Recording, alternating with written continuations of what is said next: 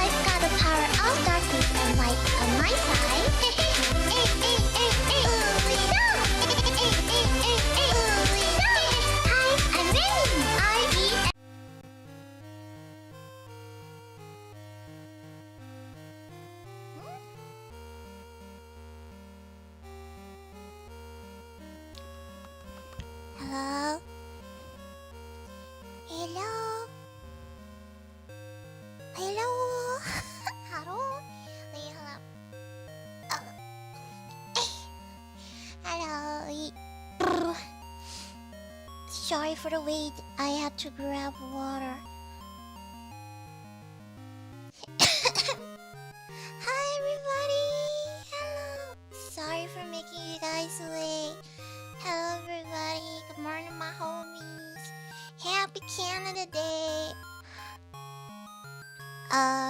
Canada, my home and native. Let me turn off Discord. You know, recently Discord has been eating a lot of RAM. I don't know why. So I am now an avid and personal fan of browser Discord. I have stopped using app Discord. I am now browser Discord. Cause the app eats so much. Makes my laptop lag sometimes. And sometimes I have like, I just leave my PC on with nothing and then my PC goes like,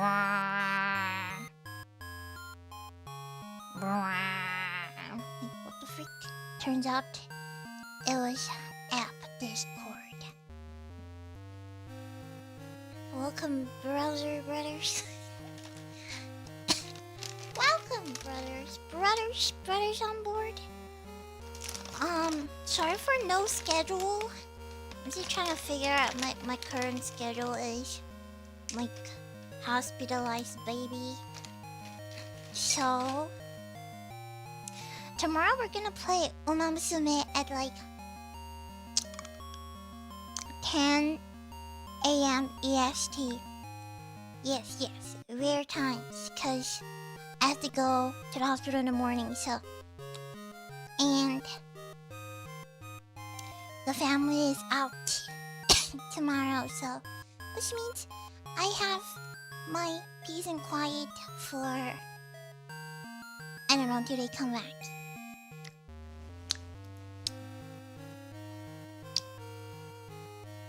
That's the girl born, alright. Yo, funny story. I was doing EEG, funny serial experiment lane stuff on my head. And my doctor, she just go, hold on. I'm gonna get another doctor to take over. And I go, why? And he's like, I gotta give birth. What? It's like, yeah, I gotta give birth. I'll see you in 2 weeks. And she just walks away. And then 2 hours later,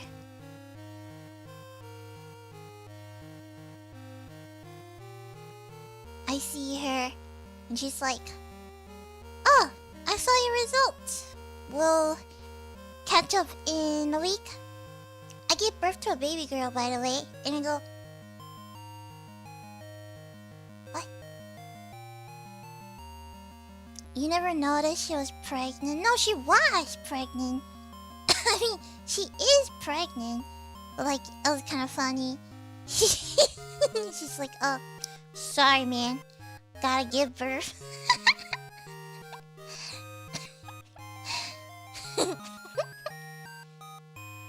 Zero maternity leave? I don't know. I mean, she's a doctor. I think, like, she's like a neurosurgeon, so maybe they're high in demand, you know?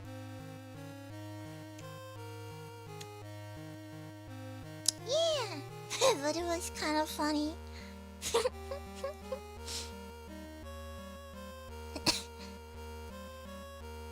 Also, before I start, I made a few random polls on my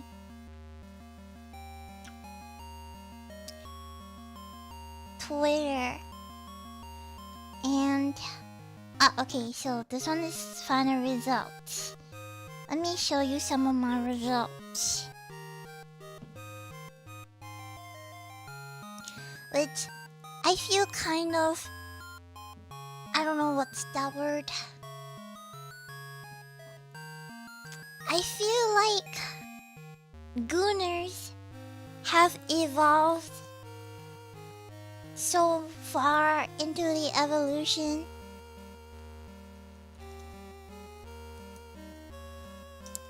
Hold on, I'm saving my screenshot. That I feel like Gooners these days required immediate gratification. I don't know.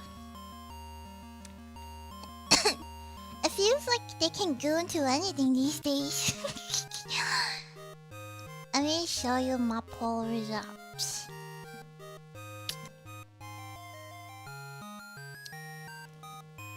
I mean, don't you agree with my statement? Hold on, I did 3 polls.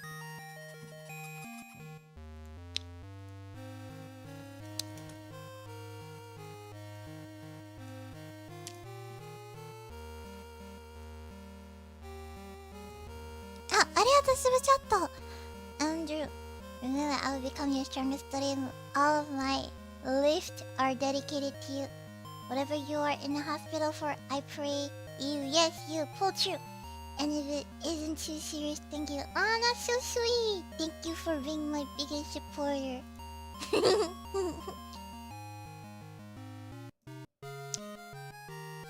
Everything needs immediate satisfaction now, Amy. Where has my fellow Weebs go? I don't know.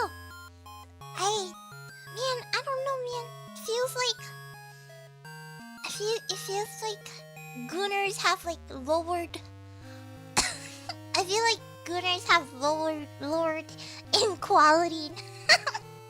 Okay, this is a wild thing to say, but I feel like there's more low quality Gooners now compared to high quality Gooners back then. Or maybe because of like saturation, I guess.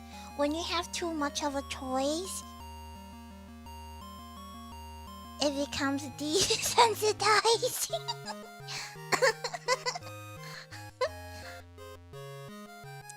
Yeah, like desensitized, you know?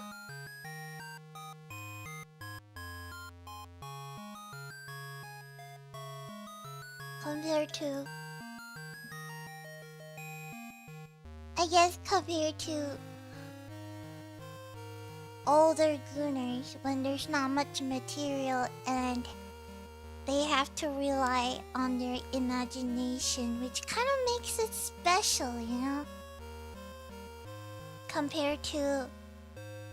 I feel like everything now is a gooning material. If you look hard enough. Like, it's everywhere. It's so saturated, it kind of loses its specialty, I guess. I don't know, man. I just... Let me speaking the truth about gooners.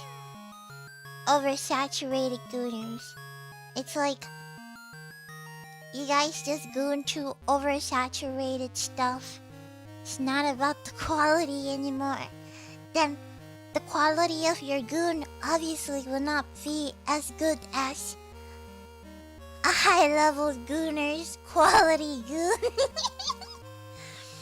Like, you goon and it's never enough. It's never enough. When will it be enough? Compared to one goon to satisfy you for a while. You know? I don't know, man. No, I was just on Danboru. I was just looking through the fan art.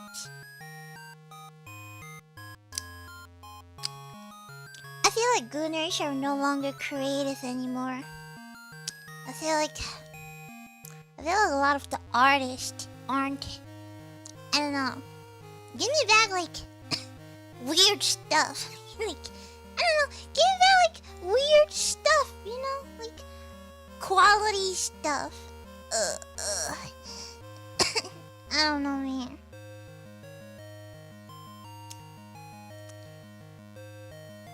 It's never enough. That's why you gotta be a yearner. You know? Anyway, here's like my results.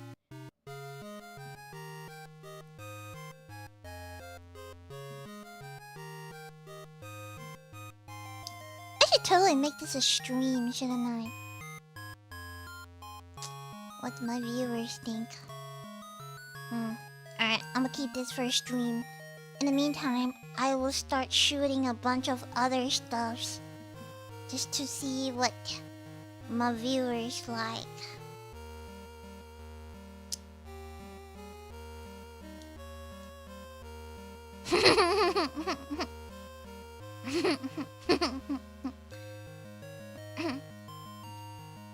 Anyway, that was just I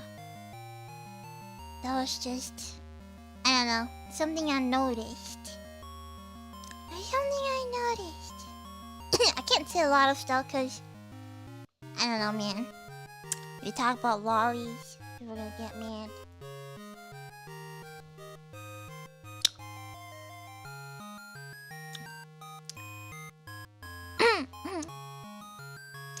Anyways, today we're gonna talk about spring anime. I feel like to give a review, you must watch something. I don't really understand people who give reviews and be like, don't watch this show, it's bad, when they probably only have watched 3 episodes. And imagine if they go, this show is good, watch this show, and then realize that the second half of the show is absolute garble.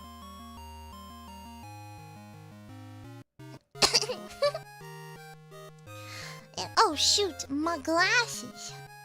Hold up. I'll put it in my forehead. It feels more intelligent that way.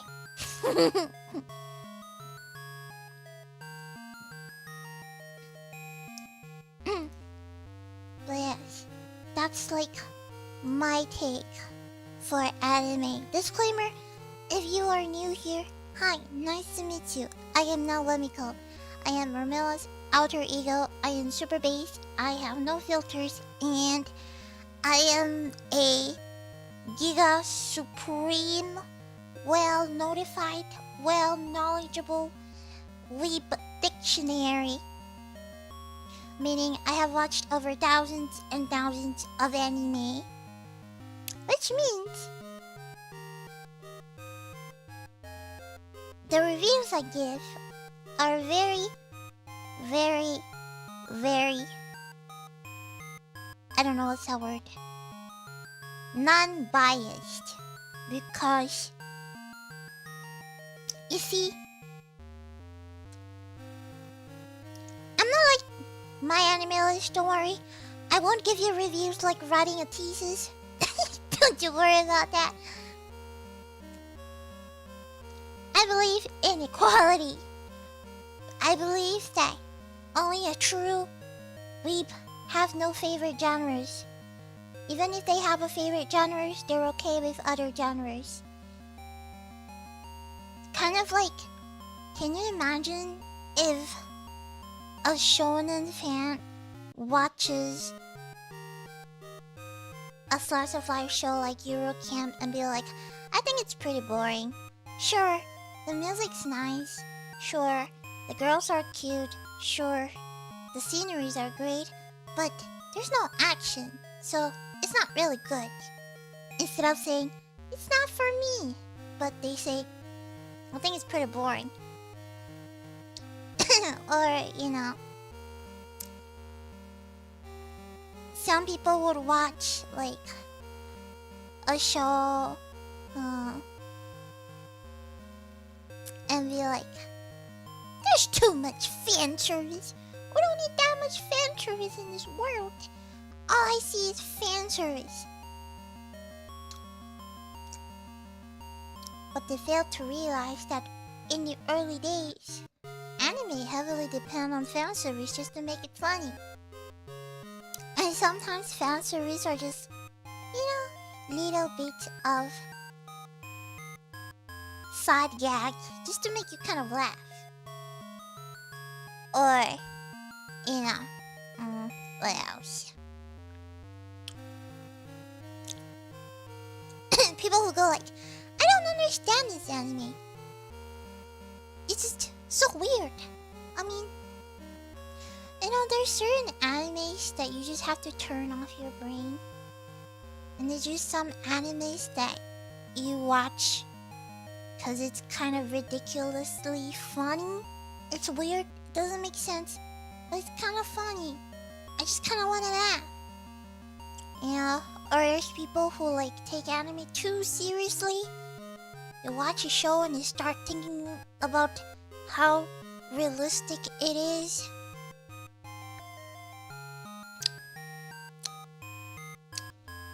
And then they complain about a show because it's not realistic. I mean, first of all, it's anime. It's not supposed to be real.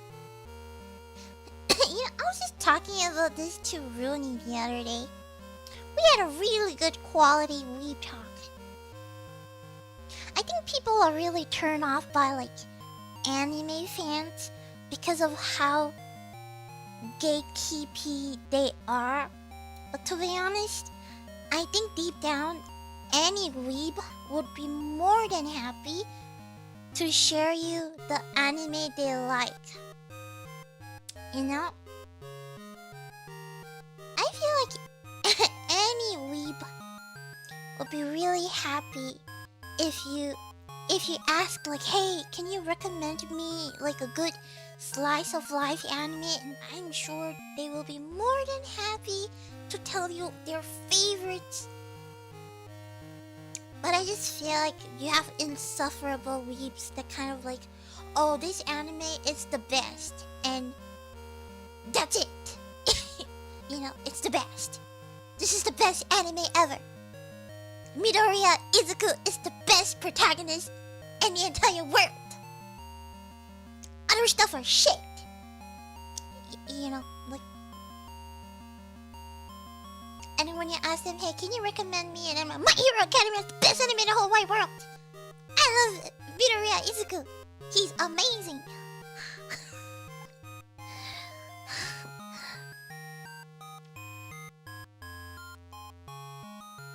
And then when you go like, well, I think My Hero Academia has a bit of a pacing issue, because the first half of the show is really good, but later on it's like everybody is dying. Just like, what do you mean?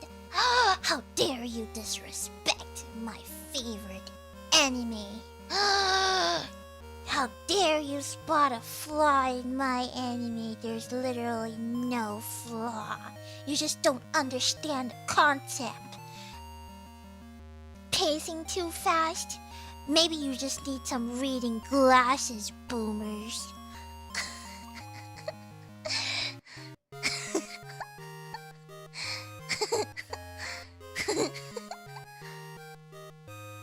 Like, come on, man. I think for a true weeb, you're allowed to take in criticism. It's kind of like you're allowed to agree and disagree in anime. And people who attack isekai slobs, you know. Here's what I don't understand. People are complaining that there's no anime to watch these days. All animes are isekai slobs. But like, there's like 50 anime this season, and only like 3 are isekais. Like, what are the rest? Are they invisible? They don't exist? Kind of ironic when people just talk about anime and they're like, oh, it's just another isekai slop. Like, isekai is that bad?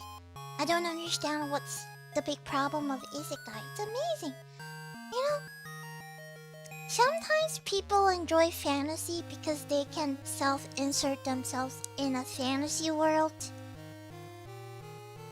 And sometimes overpowered main character feels good because kind of like he's overpowered. So, you know, he's concealing his powers, and when he can, he beats up all of the guys that kind of wronged him. And like, it feels good when you're watching, you know? It feels great for him to like withhold he's like overpowered, but he withhold his powers.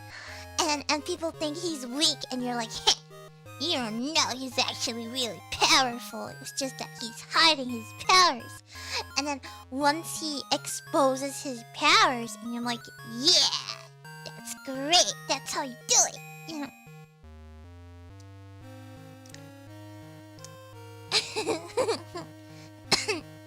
Yeah, like, and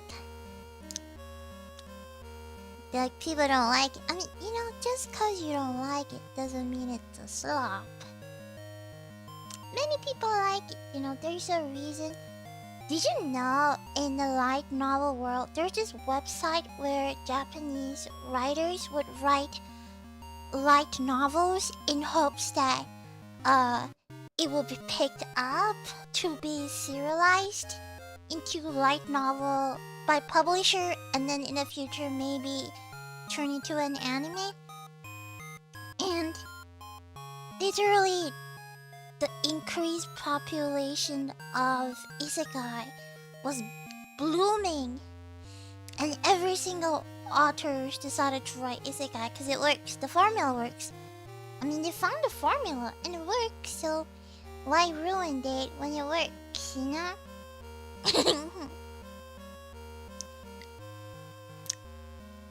Hey, arigato super chat. Andrew. Mark Twain. Isn't that one of my viewers' name? Wrote the first cultivation isekai with the Connecticut Yankee in King Arthur's court. Isekai is American, true and honest. I don't know, man. I mean, Isekai's been around forever. Oh, it's the name of an author. Ah, Oh, it's the writer. Ah. I see. Yeah, Narnia's isekai too. I don't think isekai is inherently Japanese. Isekai is just a Japanese name. There's like reincarnation, transgression, reincarnated, rebirth, yada yada yada yada. Like all those stuff, you know?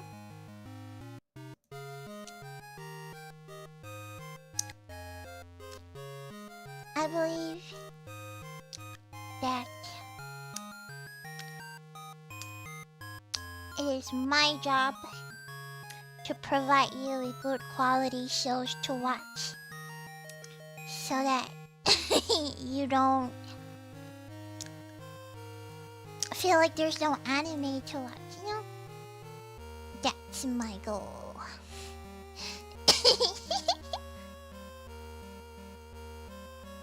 I also watch a lot of anime reviewers on YouTube. Though some are okay, a lot feels very biased. Like they have an opinion about like something that they feel very strongly on, and they just like, I don't know, you can tell if a review feels very biased. Yeah, like you can feel it. I can feel it. The first Marvel Thor movie is reverse isekai.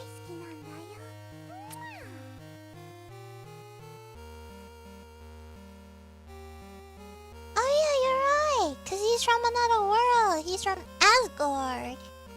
And then he isekai to America. Yeah, you're right.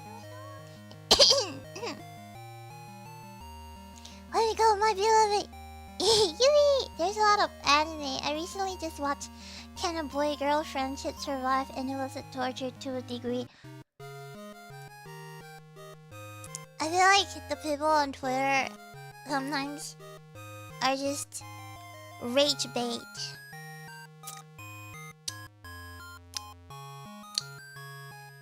I feel like people who say I like rent a girlfriend are rage baiters. Or maybe they just like scumworks. I don't know. It's either they have a problem or they just say it to rage bait. Cause I don't understand.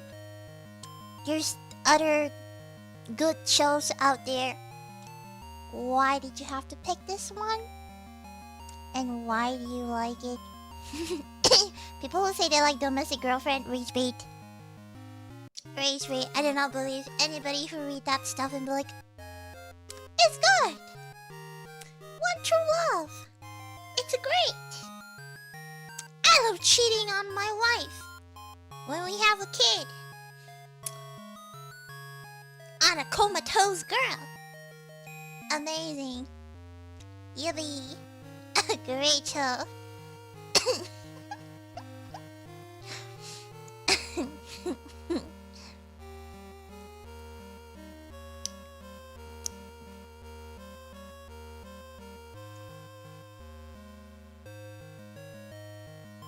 The ending is dear to it. You love and liked.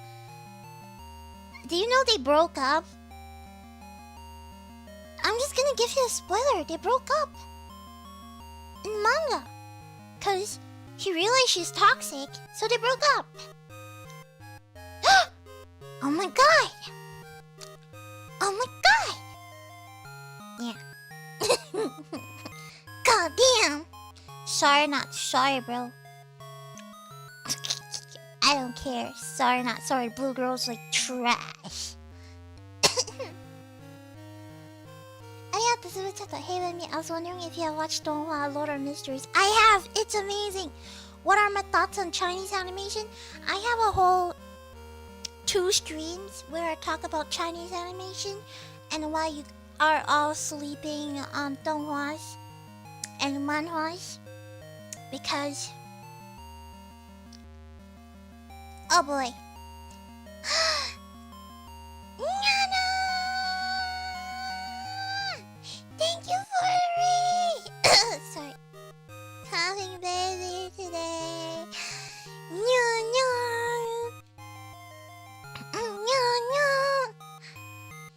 You know, Nyana, your name is Nyana, but I always just call you Nyanya. I always go Nyanya, Nyanya, Nyanya, Nyanya Banyanya, Nyanya Banyanya.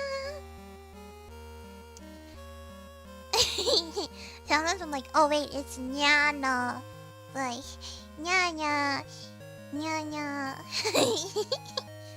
Nyanya, Nyanya, we peeled the banana.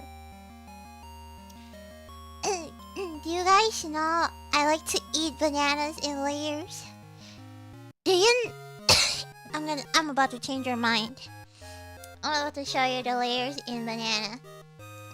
You will lose your mind once I show you.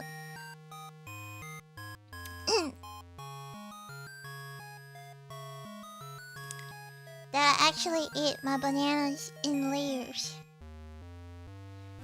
Did you know the banana has 3 layers?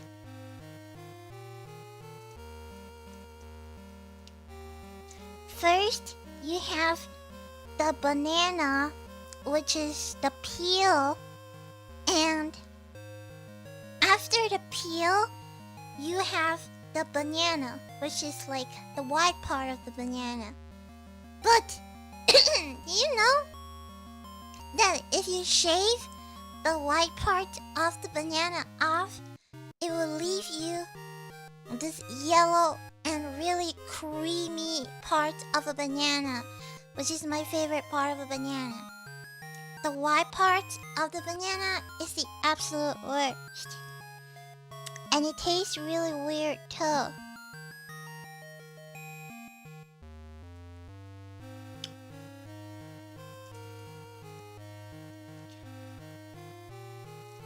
Here, how do I show you a cut up banana?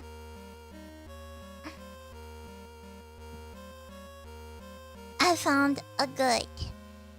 Okay, so I'm gonna show you. This is a banana. Do you see when you peel the banana? When you peel the banana, there is the yellow part of the banana.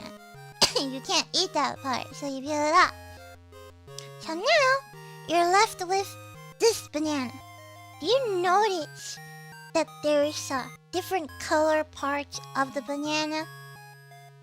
It's like a skin of the banana that's not sticky. It's just the skin.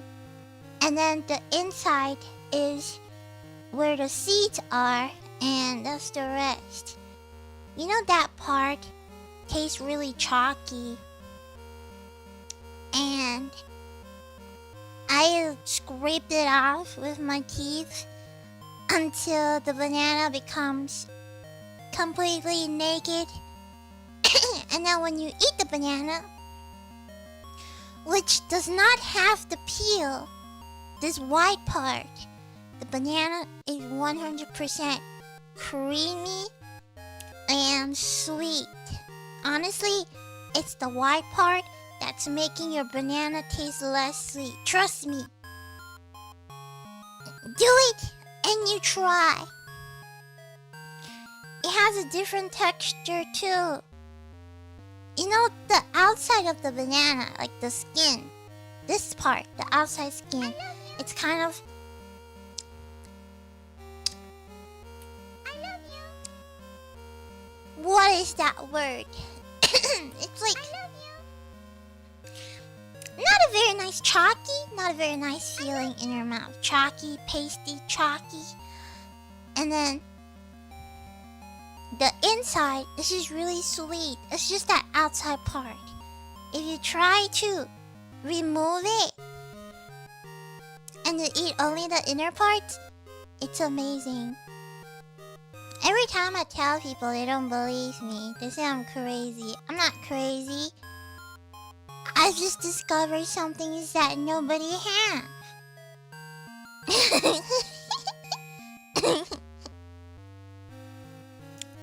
Also, I have fruitism, if that helps. Yeah, like there's different layers of a banana, you know? The peel and like the outer area.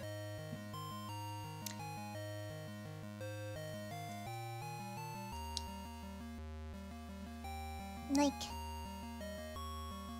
the outside chalky area of the well, welcome to my TED Talk. Welcome to my TED Talk. But anyways, you guys are not missing out. I haven't started on my anime review yet.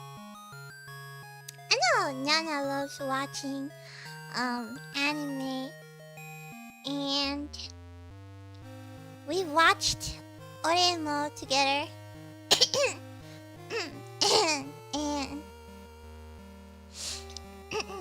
and I am super based, ultimate, giga, mega, high power level Weeb. Therefore, today, also I run a segment called Weeb with Wemiko where I talk about anime. If you check out like a playlist on my channel where I talk about a bunch of anime, I've covered like winter 2025, summer, spring, fall 2024. I've covered Chinese animations, 2D and 3D, and I basically just watch every single anime of each season and try to weed out and categorize them, so I feel like it's better for you guys to watch. And I'm sorry it took really long, because I feel like I'm a little bit of a completionist. I believe that I must finish an anime to give an honest review, because I feel like 3 episodes don't work anymore in recent animes, like 3 episode reviews, because some anime can get really good later on, and some animes can get really good earlier on and just really bad at the end. so it's kind of just, you know. What are the names of the anime in the thumbnail? I'll show you later. I have my slideshow for it, don't worry. And I just think that a lot of reviews on the online are pretty biased. So I'm here to give you my unbiased anime review. By the way, when I say unbiased, I would say number 1, I think ecchi anime is great. I like fan service anime. I believe that anime used to be great because of the amount of fan service that it has. Like, I think Campfire is great. I think Seikon no Quasar was great. I think Freezing was great. I think High School DxD was great. I like fan service. I think that it gives a little bit of a gag comedy. Kind of makes things funny, makes things cute, makes things laugh. I mean, you're supposed to laugh when you watch an anime. So I believe in fan service, and I like boob jiggling. Okay, just because I like boob jiggling doesn't mean I'm a gooner. You can like boob jiggling, and you can just be on your way. Stop being so serious. It's not that deep. Queen's Blade? I watched Queen's Blade. Wait, there's another one that's really up there besides Queen's Blade. It's this girl, she has long silver hair.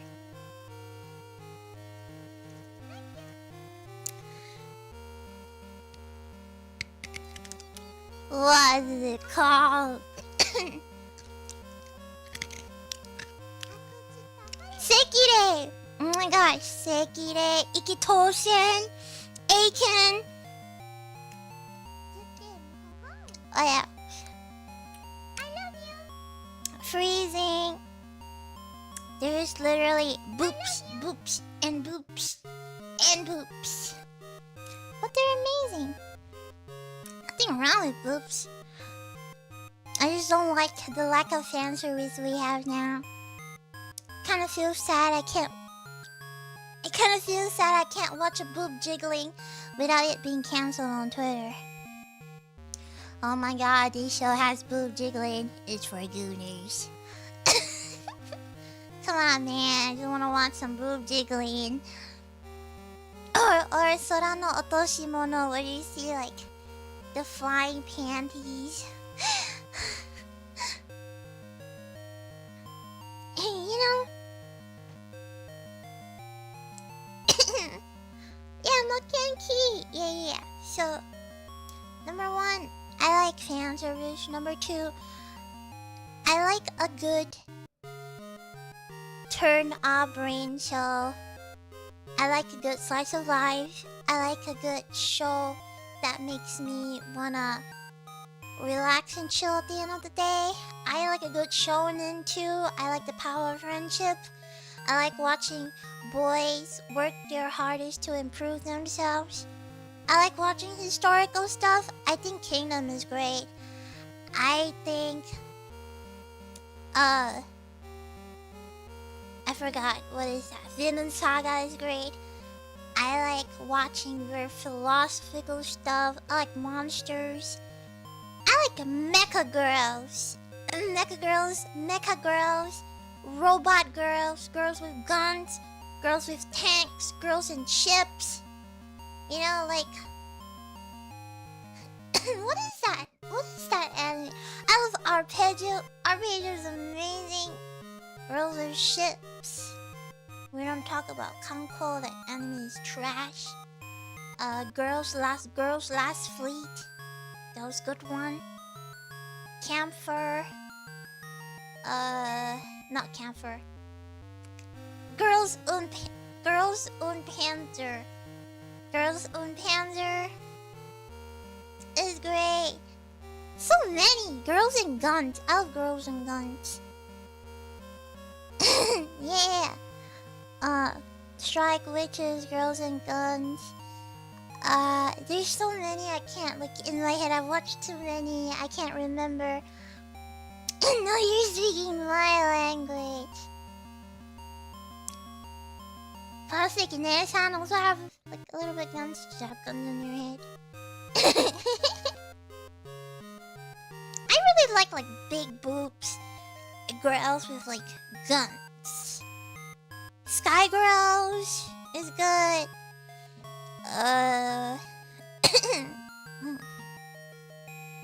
Yupote, Stella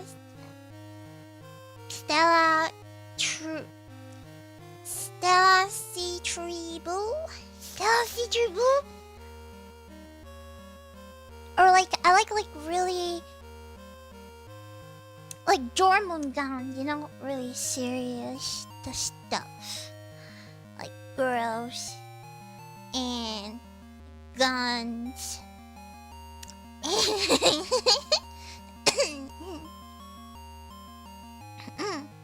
Yeah. Oh, Prison School was great. It was so funny. Prison School is really, really funny. It's like a... Yeah, I'm really into like Jormungand aesthetic. War, fighting, a little bit dark.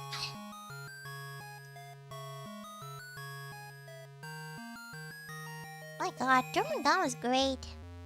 Like, dark. What is that? Gunslinger Girls? Was dark. Too. Like, Haibane was good too. It was dark. Kanan? Nobody talks about Kanan anymore. Kanan's great. I also like tan girls. I think tan girls are really pretty. Tanned. I for once really like tanned girls. I think they're really pretty. tan girls with white hair. I just like white hair girls in general, but tanned. It's like a +1.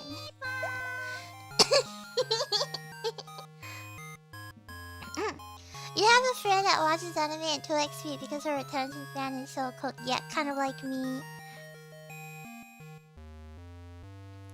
Yeah. Yeah.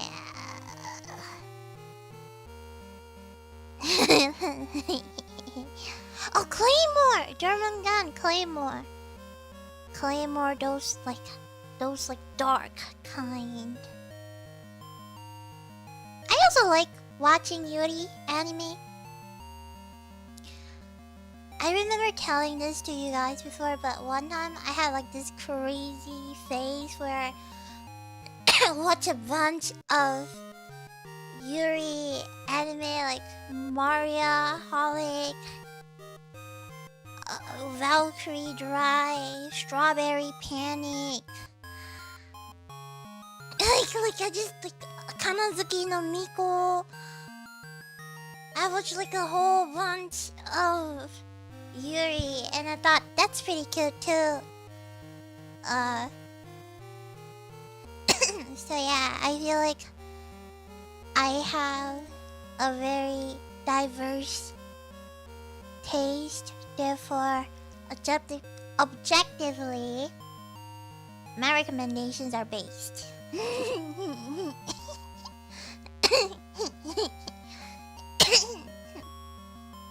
Yeah, like Kanazuki Miko, like they have to exchange slivers to get powers. Kind of crazy. Ooh. Anyways, I am sure that I don't believe in my anime list. I think that the ratings on my anime list is absolute trash. That's why you see the top 10 animes are always shonen. That's because majority of the people that uses my anime list or write reviews are shonen watchers, or people who are extremely critical of anime. Literally every single review on my anime list is like writing a thesis. They have like story, 1 paragraph, characters, 1 paragraph, animation, 1 paragraph, music, 1 paragraph,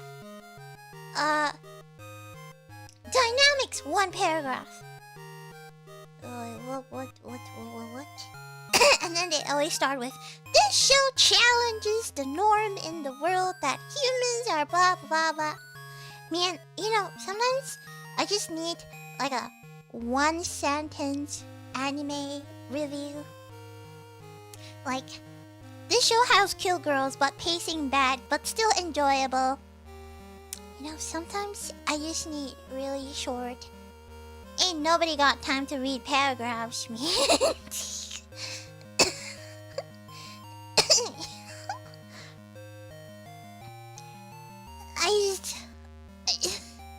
So I don't really believe in my anime list reviews. I think they're too critical of a show. The review kind of makes me feel like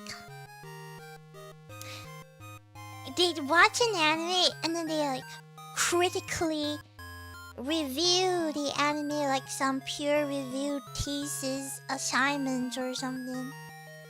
And also, it's kind of funny because whenever I go in like an isekai show, the review will be like, oh, another overpowered, when will they be able to write something that's not isekai?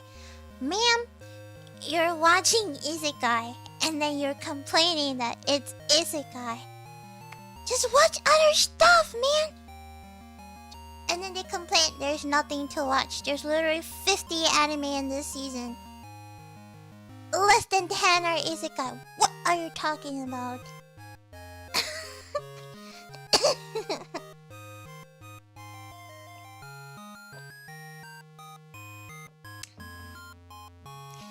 And then they go to like Solo Leveling and then they complain, I hate overpowered MC. It's so boring. You know you're not stupid, right? You do know that a lot of these shows have overpowered MC.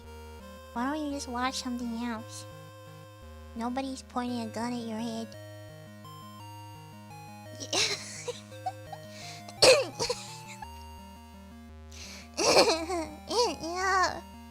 Yeah, solo leveling is fine. Well, I would say because I have read a lot of manhwas that are very similar to solo leveling. Solo leveling is basically dungeon-based battle fantasy show, right? Solo leveling in the manga world, sorry, manhwa because it's Korean. In the manhwa world, it's just okay. There's buttloads of manhwa with the same exact, like, it's kind of like a copy and paste formulas. There's a lot of manhwas that have the same exact premise. Kind of like, it's like a copy and paste. It works. It works. I would say solo leveling is good if you have never read the manhwa. But if you read the manhwa, you're kind of like disappointed. That's why a lot of people say like it's not good because they read the manhwa and like the manhwa is just convolutedness. So because of that, when they watch the anime, it kind of ruins their expectations. Meanwhile, a person who has never read the manhwa, they will think it's good. So yeah, you know. Yeah, exactly. I mean, you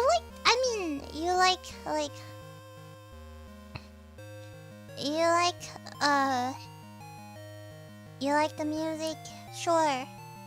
I wouldn't say it's the best. That's like my guess. I like it though. It's really cool to watch him become. Who doesn't like a super overpowered MC, right? Who does not like, oh my god, like, weak guy becomes strong and beats up all the people that hate him and now everybody wants him. Like, who doesn't love that? I love those kind. I would say to think it's the best? Maybe not, but it's good. Yeah, it's good, but it's not the best. Oh, okay, so Korean manga, Japanese. Manhwa, M-A-N-H-W-A, Korean. Manhwa, M-A-N-H-U-A, Chinese. Yeah. Yeah, there you go.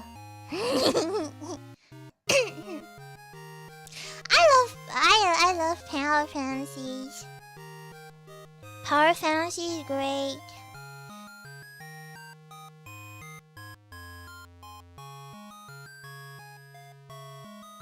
I myself really like power fantasy. That's too confusing. Not really. It's just a matter of it's in a different language, you know? What are your opinions about scenes in manga that is left out and not animated? There's disappointment. If the scene's really good and it's not animated, I'll feel really sad. You know? I mean, yeah, at the end of the day, it's all comics. It's just in a different language. It's not that deep. Anime is not that deep. It's just anime. You watch, you laugh, you cry, you feel good, you feel angry. That's all. If you feel like it has made you worse, then maybe you should not watch anime. You know.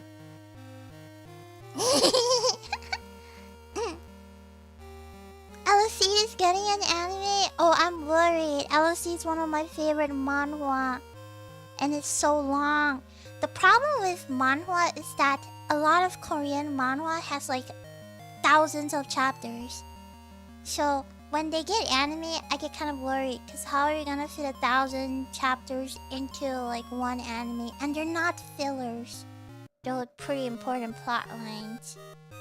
So my worry is always just pacing issue. Anyways, I'm sure you guys are all very excited about my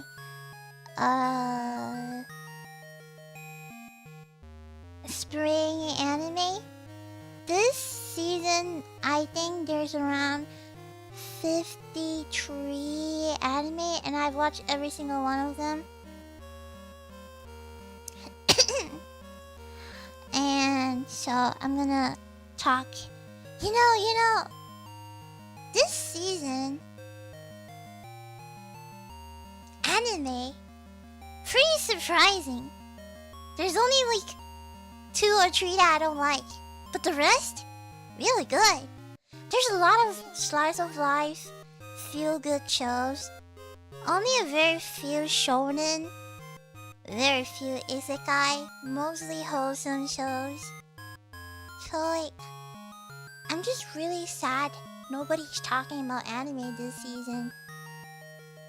I mean, my favorite anime reviewer, Ayato Susato. I just think that this this season has every episode. I'm a completionist, so I'm also a little bit autistic, so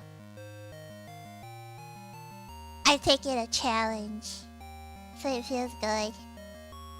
Oh, I dropped one anime because it was a little bit like, I don't know, it's like borderline hentai to me. I mean, I don't know. Then I just kind of like, I dropped a little bit. Weird. It was like about a sex robot. I just dropped halfway. I don't know. It's like hentai. Yeah, the robot girl. Oh, you know?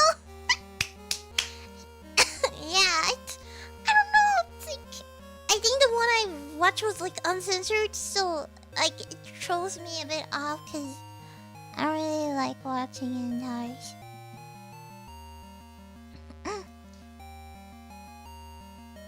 Isn't hentai? Hentai is not fan service, okay? Showing a little bit of boobs is not porn, okay? Ecchi is not hentai, okay?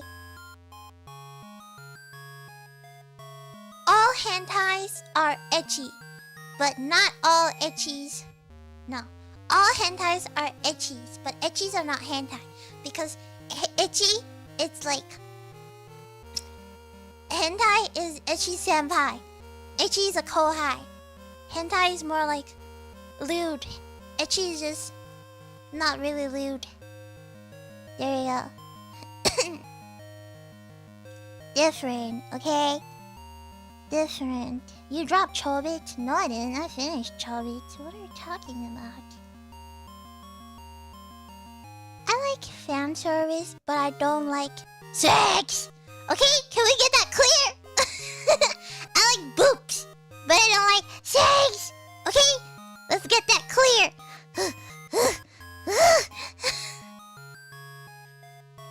Because I'm just so autistic that it feels like I am watching somebody being intimate and it throws me off. Like, I can't even watch a couple kiss. I feel very embarrassed. Like, it feels like I'm invading their space. I don't know. It feels like they know my presence. It feels like at any time they will look over at me on the screen because I'm watching them. So I can't do it. It just feels really off to me. Oh my god. It's like, so I just don't. Yeah, it feels... I feel so, even I feel so embarrassed talking about it. It just feels like I'm like bothering their space, you know? And then it's like anytime they would just stare at me. Ugh. So I don't watch it, okay? Jeez. There you go.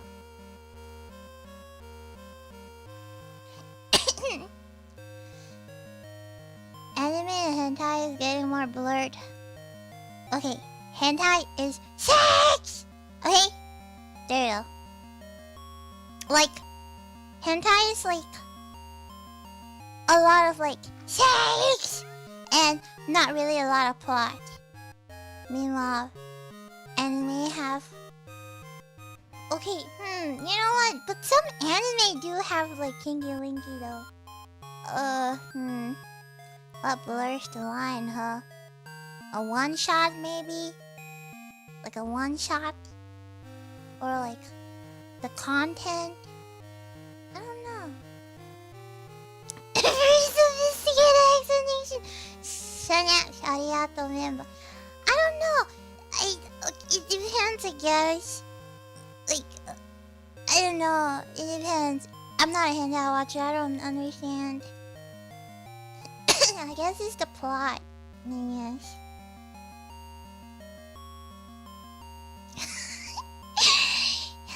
I don't know.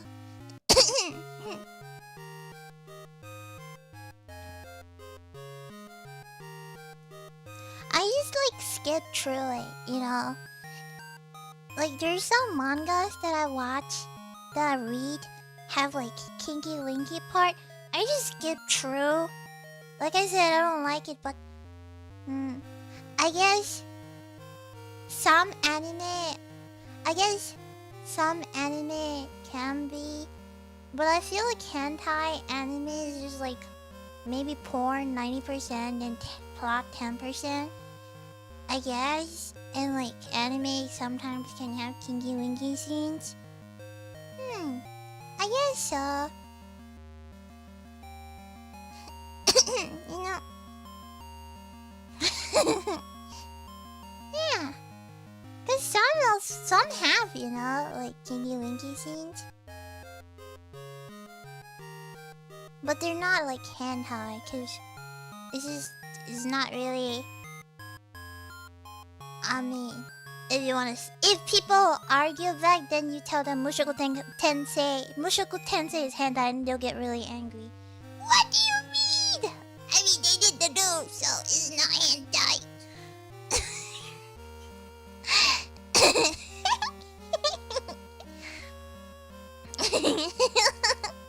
Yeah, I mean, technically.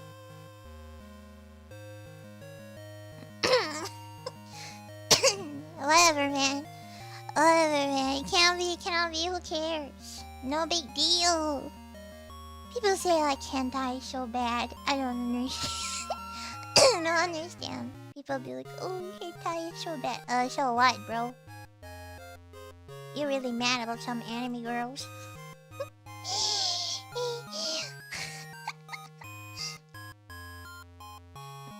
Arigato, Verna. What about Bible Black? What the frick is Bible Black? I've never watched that before. I don't know. Oh! My life as Inukai-san's dog. Okay, listen. I watched My Life as Inukai's dog and I liked it. I don't understand what's so big about My Life as Inukai-san's dog. Like, so what? The dog likes boobies. Who cares? It's a dog, man. It's not real. Like, oh my god, this is an anime. You know. Oh, the dog licks the boob. That's like the gag comic. You can't take it too seriously. It's a gag comic. It's comedy. You're supposed to be like, what the frick is this trash? But it's like funny. It's not supposed to make sense. It's obviously not for your demographic if you take it too seriously. And then the guy a dog, yeah. Like, I mean, the guy's a dog. He can talk. He's a guy inside, so I don't think it makes things even worse.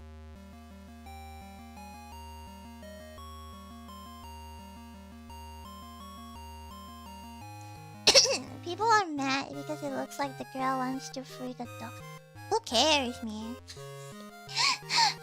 You know, shows like those are meant to be funny.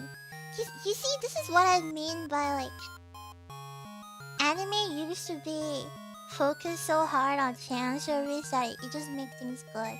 Like, for example, if Seiko no Koiser were to be released now, people would cancel it so hard. What do you mean by you gotta suck breast milk to get powers? Or like... this other anime where girls are... you know, there's this anime where, this guy, he had a lot of pets in his life. And when his pets died, they reincarnated as anime girls and they become his bride. So will people get mad if it was released now? Cause like technically that was a dog. And there's like a pet hamster and pet goldfish. And like there's another one where these girls, they're like canned drinks. Like soda canned drinks. I think it's called Akikan. I can't remember. They're like canned drinks. So like, are you freaking a soda can?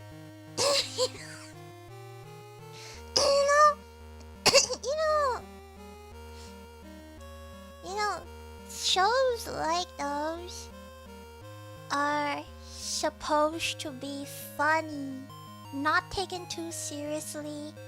They're supposed to be ridiculous, but funny, you know? So if you get like so mad at it, then you probably aren't really their target audience. Yeah.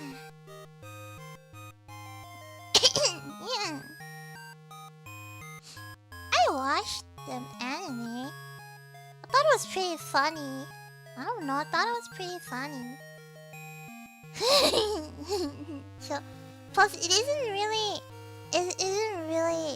a hentai. It's just a little bit ecchi, but it's not even really like ecchi, you know? The anime is not even ecchi. It's like pretty safe, borderline safe. So yeah, I don't know, man. Crazy.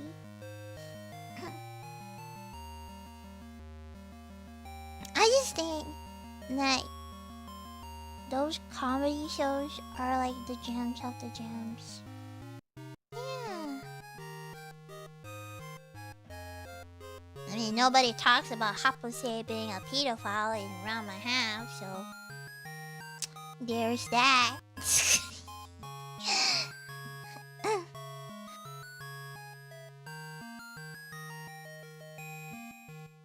Okay, I really should talk about this season's anime. Yippee! Wait, I need to take my Google document. I have a Google Docky. Because I watch too many anime and I have goldfish memory. Therefore, I need a Google Docky so I can talk about it. You're waiting for the wrong one.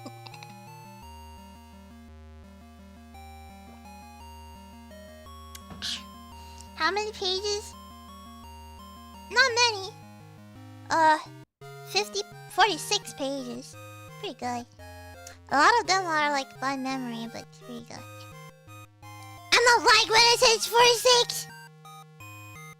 Literally 46.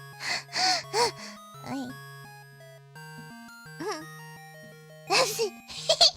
I just like anime a little bit too much.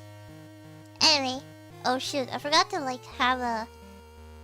I forgot to have a cover. My bad.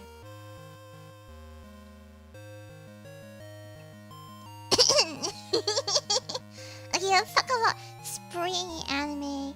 Spring anime. How many pages are there? How many anime are there?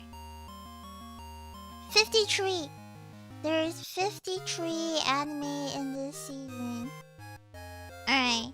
So I have watched, so I will give you a good review on this show, which is... I like to talk about To Be Hero X. I think To Be Hero X got really popular on Twitter. The first episode went wildfire because people were like, oh my god, this show is so good. Did you know this show is Chinese? And then people are like, what? Since when Chinese animation is good? And then I'd be like, do you know Link Click was Chinese? And people would be like, what? I can't believe... Yeah. Anyways. I think that this Chinese animation is a little bit weak, so I will recommend you a better one. This show, To Be Hero, is this is the 4th installment of the To Be Hero series. So this is the original, which still, to me, is my favorite show. Surprise show! I mean, the plot is about this guy. He sells toilets for a living, and he's a toilet salesman. And he's really handsome, and he has a daughter. He divorced his wife, and he's having an estranged relationship with his daughter. His daughter kind of hates him. And one day, an alien invasion happened. And he wants to protect his daughter from the aliens. And they had a deal that you will become an ugly Oji-san. However, you will gain godlike powers. However, your daughter will not recognize you, but you can protect her. And all he wanted to do was protect her. So he decided to be an ugly Oji-san and fight random aliens to protect his daughter. And it's surprisingly really good. And and really sad. I've cried. I've laughed. I didn't expect this show to be good. I went in thinking I was like just a weird show. And it has like... I was like, whoa. Like, whoa. Like a sleeper. Like, whoa. It was really good. Really, really good plot. Made me cry so hard. Because the daughter at the end recognized him. And they like repaired their relationship. My problem with this series is that it's also heroes. There's 10 heroes. However, they try to fit so many... They try to fit like so many episodes to like 10 heroes. It's just a story about 10 heroes gaining superpowers. The story is good. There's a mix of 2D and 3D. But, you know, the pacing is just really off because they're trying to fit 10 heroes. I'm getting hiccups. They're trying to fit 10 heroes into a short anime, which I feel like it just went like they were fighting, and then the next scene was, oh, skip to another hero. And the characters don't really get to express their emotions correctly. Don't have a lot of time. But it's still a good story. And also the OST is by our Lord God, the goddess of the god BGM of all time. So, like Sawayuki, oh my god. Hiroyuki Sawa no BGM. Did I correctly? Yeah. It's still good. It's just... feel like you have to watch the first one. Just cause this is amazing. So watch this one first. You'll be surprised, and then you can watch like this one. But like, just watch this one, guys. This is so good. Just watch this one. Like it's a good show. It's a good show. Just I think the first one is so good.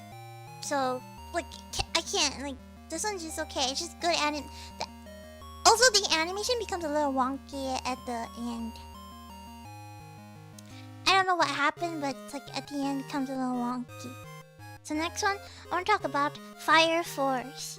If you don't know, Fire Force is the same author as Soul Eater and Demon Slayer. I bet you didn't know that. Yeah, it's the same author. It's a dark fantasy shonen show in Tokyo where people combust into demonic beings. And these people are firefighters, so they will go and extinguish them so their souls can be free. And it's like a... no, they're apparently in the same universe. Fire Force is somehow in the same universe as Soul Eater, apparently. But they're not. They don't, like, no references, but somehow.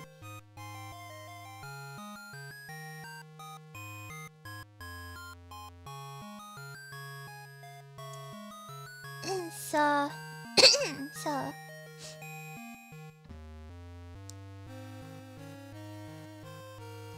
Oh yeah! The author was... Yeah, because they complained about fan service. Like, oh, freak off, man. A little boop. Why are you so scared about... You know, I hate it when people complain about fan service. Why are you so scared about some boobs, huh? You got mommy issues? You never suck on your mom's boobs? Why are you so scared about some boobs? Oh my god, calm down, man. Ugh, grow up. It's just boobs, man.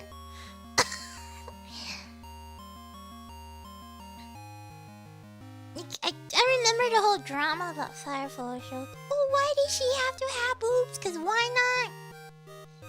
Why not? Boobs are okay. Why not? Gosh, why not? Gee, you scared about that 4-letter word? Gosh.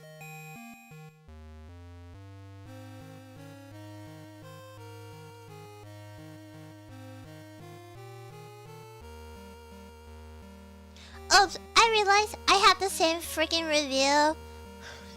My bad. Wait, no, you're all the same. Okay. Anyway. Anyway, I wanted to say that this season had the worst animation because the previous season's animators were not in this season. So it was like really bad. Like, I don't know, but the quality, it's like day and night. Like, cause a new studio took over, and the animation just wasn't that good.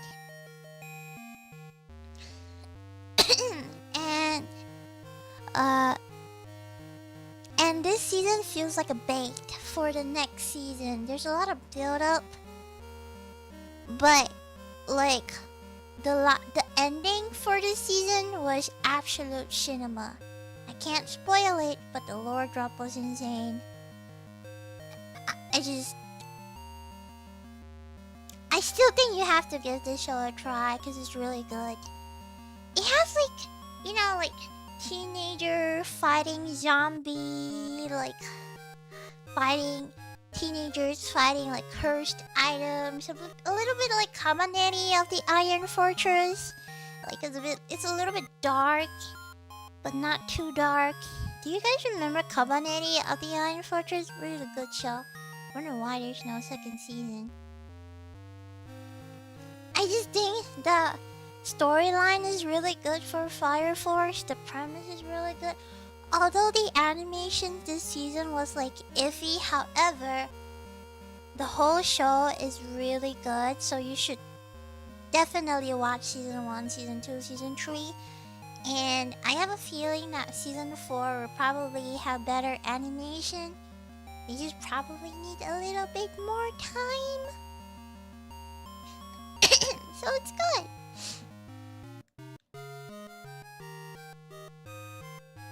Yeah. I enjoy Cabaneri, although the zombies kind of creep me out. I'm a bit scared of zombies. Talking about zombies, I recently read this manga. Oh, I forgot the name. Oh my god. I was reading this manga where it's a group of high school students. They were at they were holidaying, and what happened was there's like this person. They found frog eggs under the drain, and somehow the frog eggs was attached to their skin and kind of turned them into like mutated zombie-like organisms. And turns out this virus is like a nucleus, and they kind of like trying to find each one of them so they can combine to do like nuclear something. And so this boy, he got infected, but he burned it off. So he's been like he has the cells. They're a bunch of cells basically. He has a cell without a nucleus. So when you have a cell without a nucleus, you would try to find other cells with nucleus. So he's like, I guess he's safe, so he's reacting. And then what happened was his friends betrayed him, left him in a building, and ran away. Forgot the name, but I'll let you know when I remember it. Anyways, watch this show. It's good. Recommended. Really good plot, and I think it's really amazing, like shonen show. Recommended. Fire Force is great. The plot is just really solid. Lazarus, I feel is like the talk of the season, cause it's by Shinichiro Watanabe, who made Cowboy Bebop, Space Dandy, Carol Tuesday, Samurai Champloo, and others. So like, also they're in the same universe. So there's like, oh my gosh, hype, hype. But it's so boring. It's good, but like story is really weak. Like, but it's good, but the story is weak. Basically, the whole story is about like,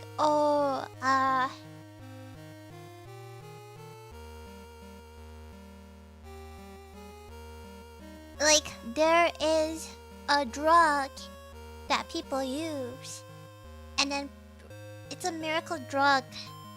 And then they realize this: anybody who has taken this drug only has 3.5 years to live. So now they're trying to find a doctor to find a cure within 30 days. So the whole story is like they have to find this person in 30 days. No, I don't think the 3-episode Undefeated with anime nowadays. It started out good,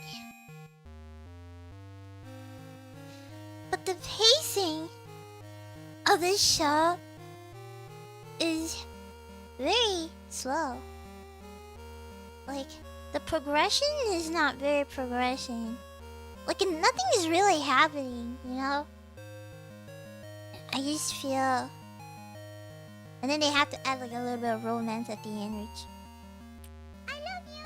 It's like kind of like every episode of this show is like, people are going to die, so they have to find a doctor. And then... every episode is like, there's... like, not... I don't know. You know, episodic anime, where every episode is a different thing, but it's still in the same universe. But the problem is they're like pushing this big deal that they have to find a cure within 30 days. There's like no, like, just like, you don't feel so intense. You don't feel so tense. Like, oh my god, it's 30 days. Like, oh, it's like 30 days. We have to find something and then we're all gonna die, you know? Every episode just feels like we're all gonna die, solve a problem, and then the next day, we're all gonna die, and then solve the problem, and then the next day, we're all gonna die. And it's focused more on the side characters. So you kind of get lost in the main plot. Like, you kind of forget that we only have 30 days. And now we're gonna die. You know, like, yeah, there's no urgency. But I would say that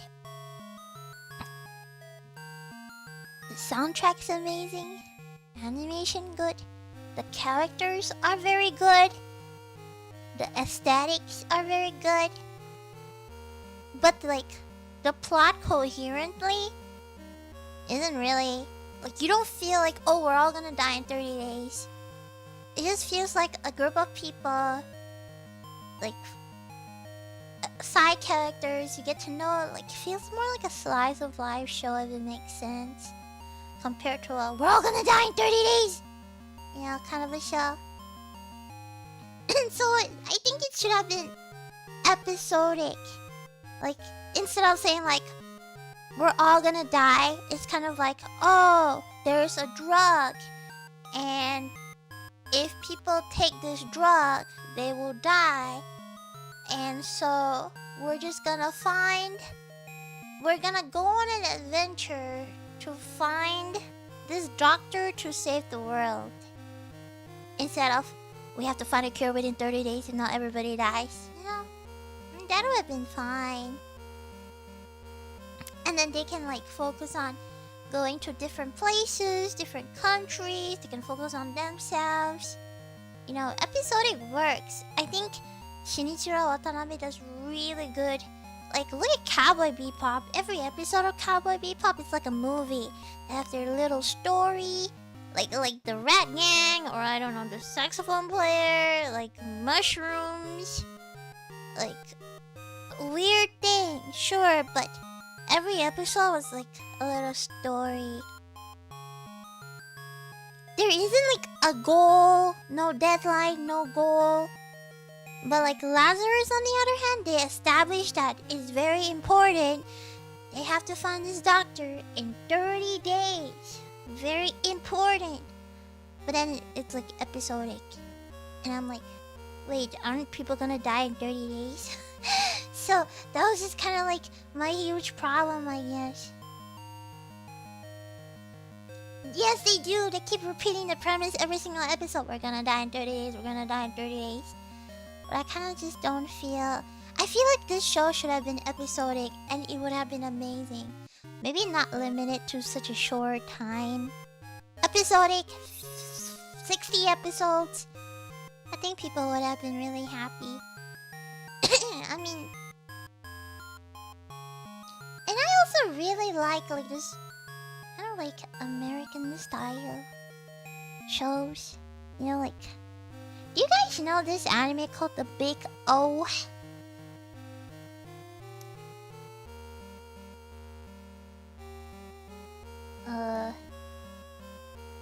You know this show? The Big O? Oh, this show's great though. Like, yeah, it has like that, like American film, like more Western dystopian future. Like a little bit mecha, but there's like conspiracy theories, you know, in a futuristic city. Like, they have to fight the threats with just two of them. Like Big O. The mecha isn't really the focus, just like the sides. You know, kind of like dystopian, cool dudes kind of a vibe, you know.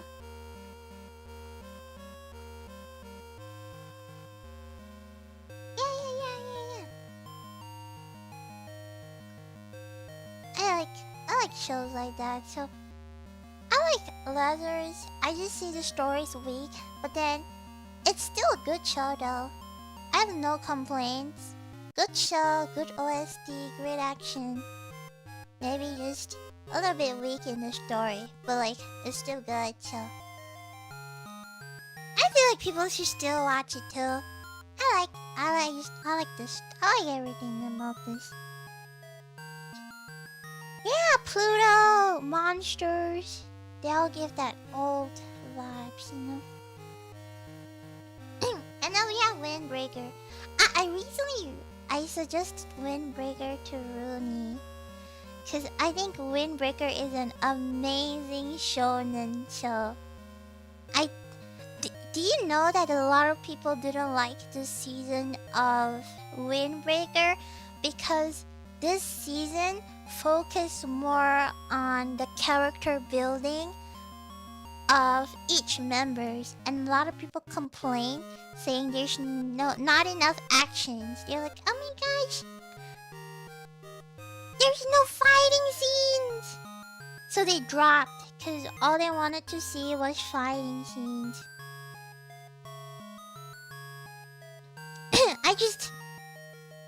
I would be a millionaire if I had $1 for every anime where people didn't understand the second season. They didn't understand the message of the series in the first season, and now they are mad because the second season focused more on plot. I would be a millionaire.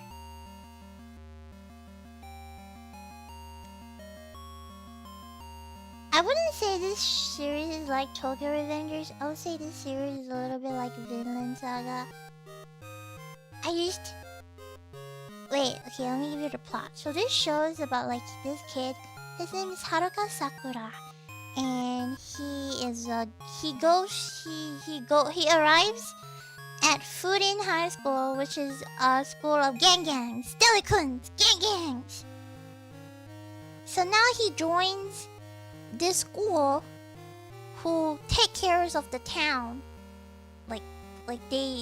They're kind of like gangsters fighting for good, because they fight people who disturb their town and bully the town people. And there's also other high schools. So now they're like different high schools of gangsters fighting each other. But what good is it's that I'd argue villains are deeper than gangs. I'd argue you shouldn't judge this show as gangs, because this show is more than just gangs. This show is... You have to drop this season.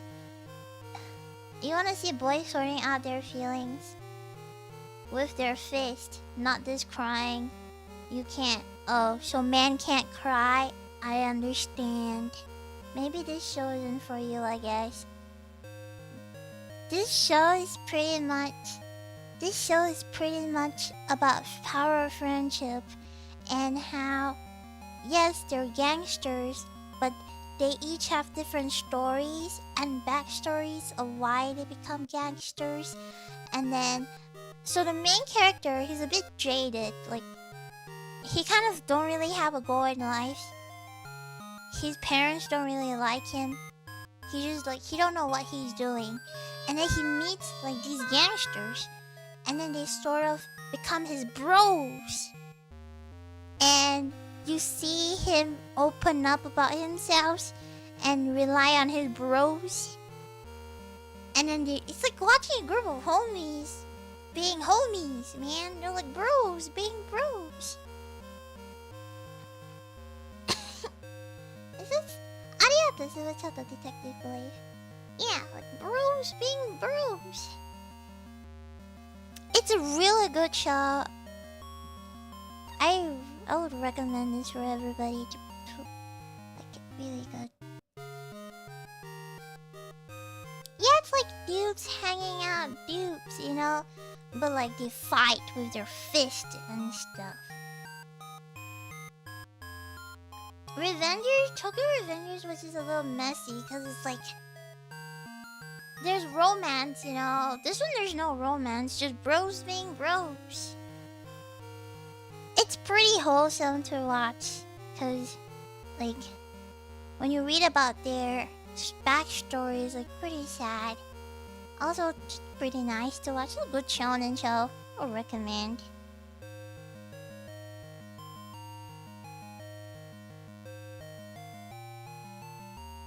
And then, very not related, but I wanted to recommend you this manga. It's called Kagura Bachi.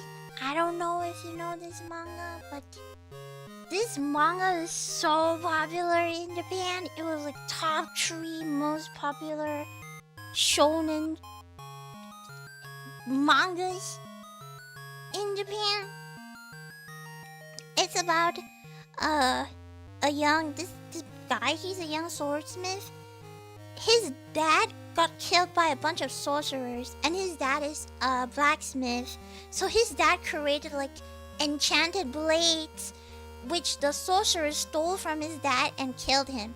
So his entire goal is to avenge his dad, to collect back all of the blades. I mean, I'm a sucker for sword fighting shows. This is really good. I recommend. Also really popular. This show's really popular. I'm not surprised if it's going to get like an anime soon. Yeah. It's good. It's good now. Did it get memed? I don't know, but it's good. I think it's going to have another. I think it's going to have an anime adaptation sooner or later. It's going to.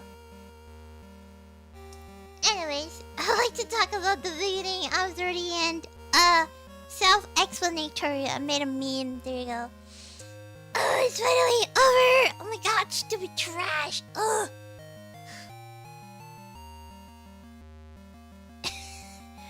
By the way, I have a bone to pick with people saying that the beginning after the end is just another Mushoku Tensei copy. No. Let's make it clear. Number 1. The author of the beginning after the end is inspired by Mushoku Tensei. That's all. In Mushoku Tensei, you kind of self-insert yourself as the main guy, right? In the beginning after the end, you feel like you're in a third-person view. Mushoku Tensei pretty much is like a diary. You're watching like this guy write a diary and you're self-inserting yourself, like living through him vicariously. The beginning after the end feels like you're watching this little boy work his hardest to grow up. It's like a third-person view.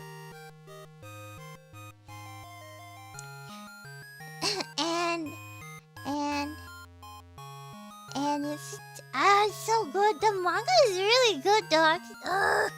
The manga is amazing, by the way. You watch him grow up and you watch him gain powers. It's so good.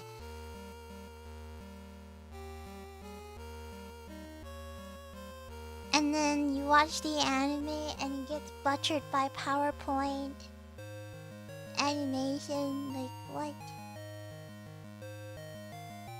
If I'm not mistaken, I think the author is Indonesian. If I'm not mistaken, the author is not Japanese.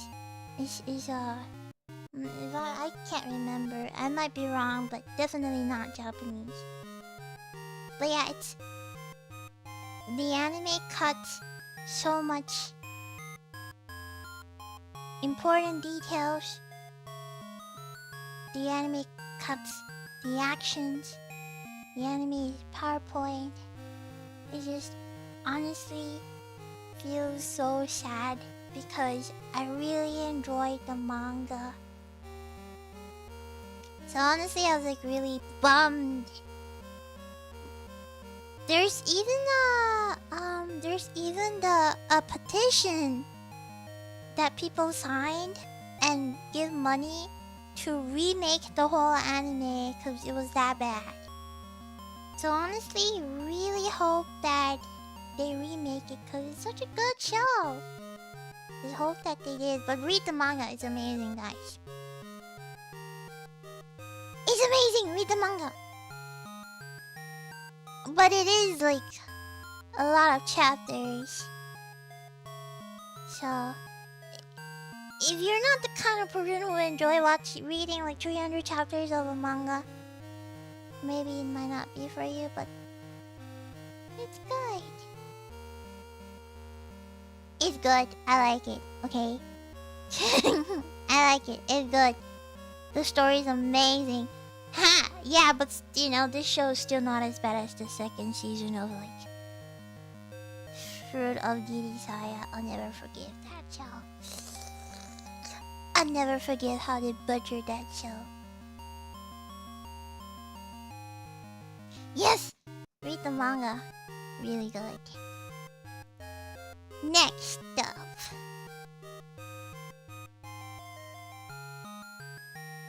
Which watch? Did I skip? Oops, stereo. Okay. Witch Watch. For me, one of the gems in this season was Witch Watch. Made by the same creator as Get Dance. By the way, if you read Get Dance, the reason why I said this show is a gem is because this show is a silly comedy.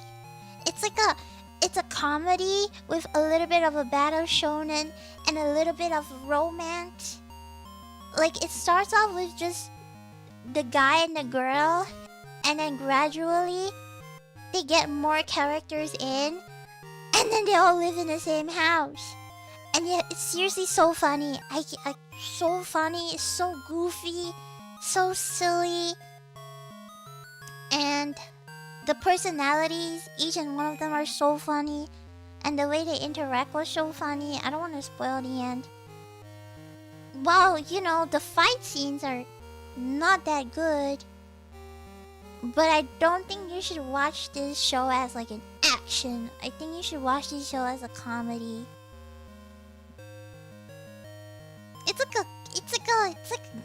It's like a one-shot gag show, you know?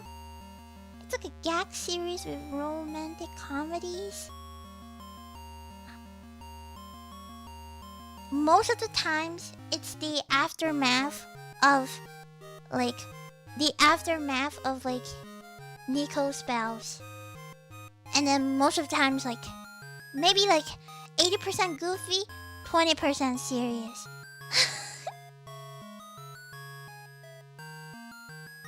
Really good show, man. You need to get past 3 episodes. Exactly. You have to get past 3 episodes. This show gets better by each episode. This is so funny. You can't look at this show as like an action, but if you look at this show as a comedy, oh my god. I can't tell you how many. When it gets so serious, it's so serious. But when it gets so funny, it's so funny. I just think you're like goofy people doing goofy stuff, and then each character kind of grows on you, cause you're like goofy, but then they have like really sad backstory, and you can't help but like feel sad for them. But then the next second they do something silly, and you're like, oh my god. Exactly, the whole thing gets better by better, you know, better by better. Okay, it's so good. This is like gem of the season. If you like comedy and battle shonen, you should watch Undead Unluck. That's also another one that's like last 2 seasons. Really funny too. There's like a bunch of funny shows on this season which I have in my list. This is just like gag, satire, and romance all in once. Really funny. Gem of the show. Recommend. Should watch. Also, next show, I remember people meme this because they're like, is it just me? Or does this look like Mushoku Tensei's dad?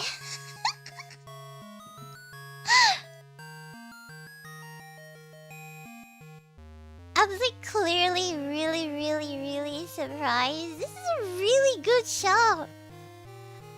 It's not a... It's the story is about like this guy. His name is Baru. He used to be a sword instructor. And then he became like a special instructor for the knights. So now he's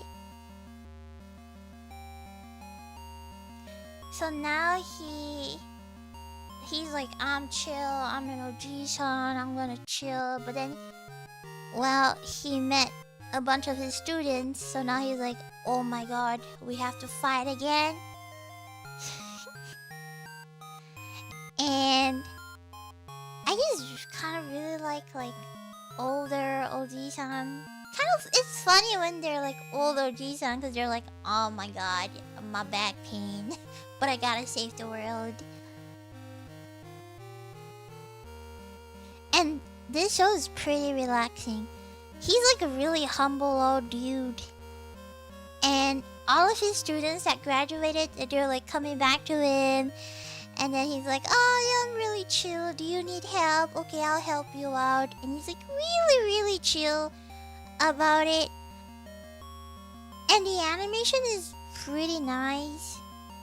High quality action scenes, really nice wordplay scenes.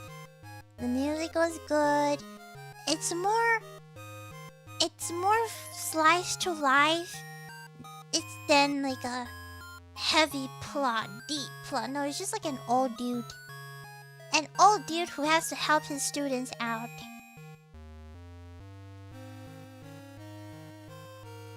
And there's a second season already announced next year. It's kind of like a nice chill show to watch. Ending's good too. Apparently the manga does a better job at showing how Barrow is like the world's #1 swordsman. However, I think the anime is good enough.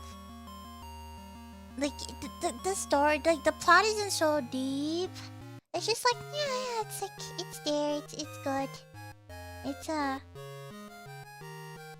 chill show about an OG-san helping out his students. Yeah, good show. Good, like, you know, we like light shows like those. It's really chill.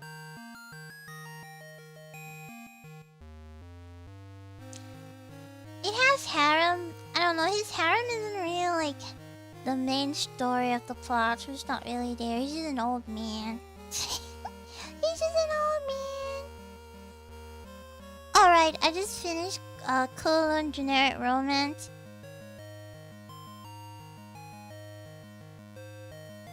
I don't know how to tell you without giving spoilers, but I say this is one of the anime where we are supposed to accept many things that will not be explained at the end. And they kind of packed 11 volumes of manga into 13 episodes.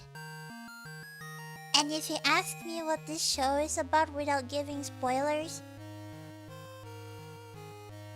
I don't know what to give you except it's a mystery manga romance set in a small city.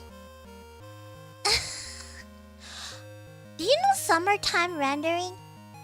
This is exactly like summertime rendering.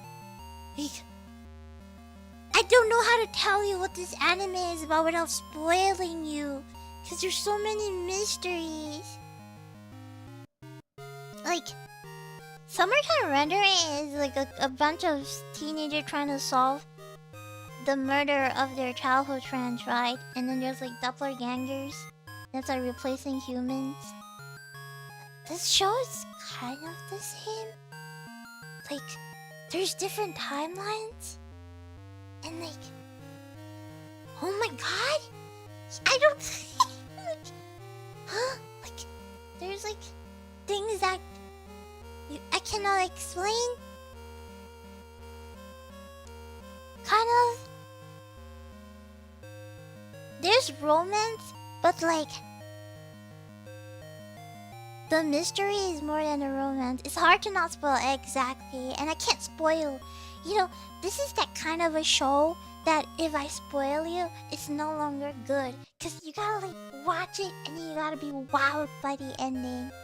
Actually, you won't be wowed by the ending, but you still have to watch on your own. It's good. It's good. Don't worry. That's why I recommend. It's good, but you just gotta watch it on your own.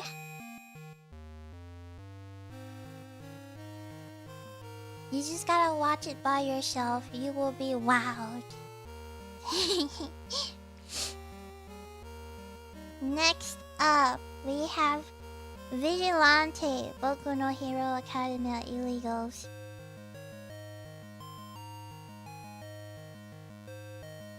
It's like My Hero Academia, but less characters, focus more on villains. Bit of a slow burn, but really good. Do you know that this series is like really hated on by salty My Hero Academia fans? Cause they're saying that Midoriya is better than Koichi. Like it's like an unnecessary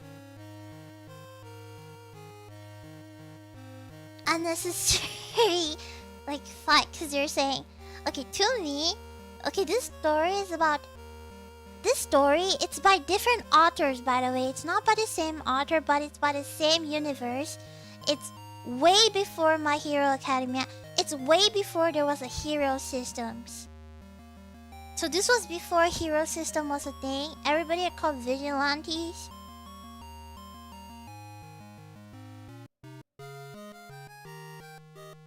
Yeah, so the story follows this man. His name is Koichi.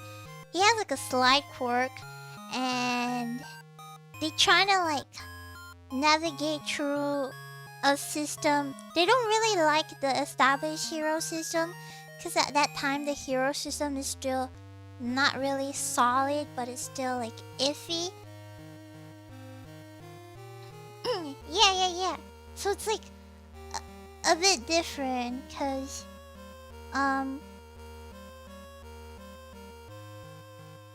they I like Vigilante more than My Hero Academia, to be honest.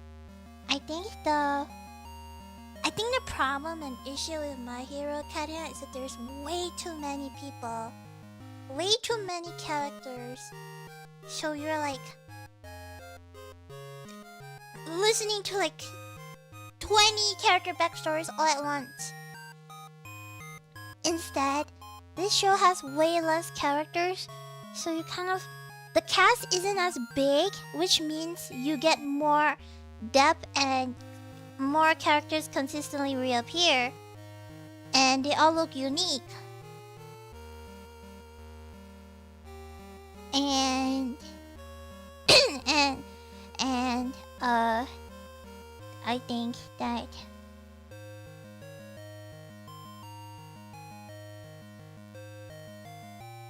I feel like My Hero Academia has this huge problem with there's too many characters, and then everybody keeps dying, and then you like, I'm like one hand invested in your story, and on the other hand you hit me with another character with another story, and it's like, and the problem is that like you have like one A class which is like heroes, and you have like one F class which is like not heroes with their sidekick, and then some of them barely appears, some of them appears more than some.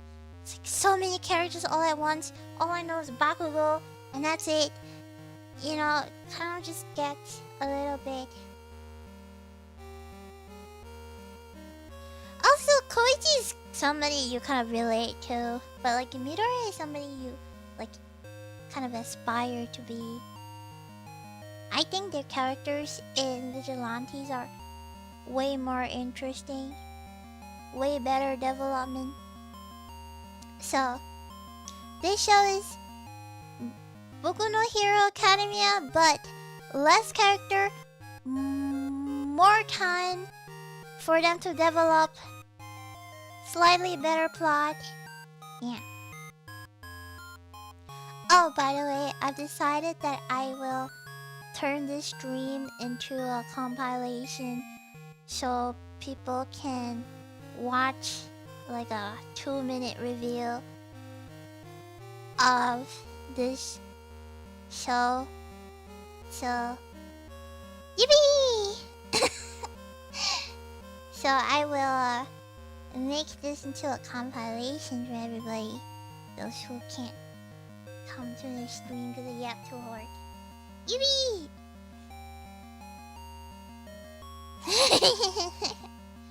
Next up, we have Yummy Healer. Sounds like Yummy Healer, but it's the Brilliant Healer, New Life in the Shadows. It's pretty okay. Overpowered MC, who's a healer. Pretty okay. MC is really smart and confident and really chill guy. So it's pretty nice to see.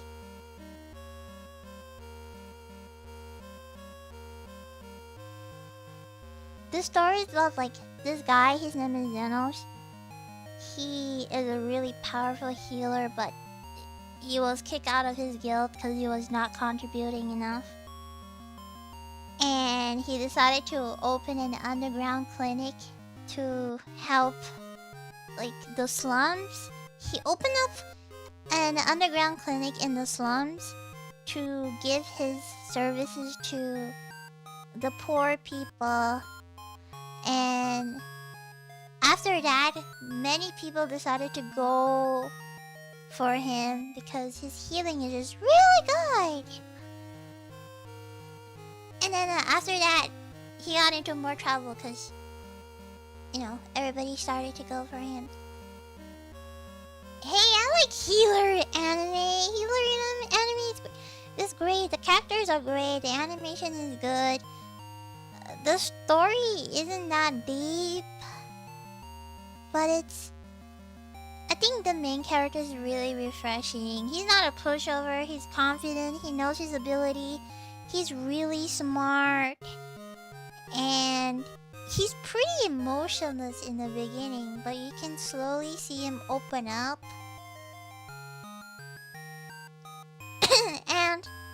and also, the group is just pretty. It's a really nice short read. Not a lot of deep plot, but also enjoyable. Kind of gives me like, do you know Parallel World Pharmacy vibes? You know, a guy who isekai and just owns a pharmacy and just heals people. Also reminds me of there's this show that's really good. It's called The Wrong Way to Use Healing Magic. The main guy, he's Usato. He's a healer, and healers are really, really rare. He got isekai, and he's a healer, and healers are really rare. So he got trained under this insane, crazy, batshit lady called Rose, which kind of reminds me of Urza Scarlet, who like trains him hardcore. Literally like boot camp, military grade train with a bunch of his homies. There's like a group of people who are healers, and they're all like super buff and super muscular. And so like she forced him and trained him to and he becomes like so crazy because he worked really hard to get his way, and also he's kind of like, he used his body as a meat shield, and you're like, why would you do that? And you go like, what? I can just re-heal myself.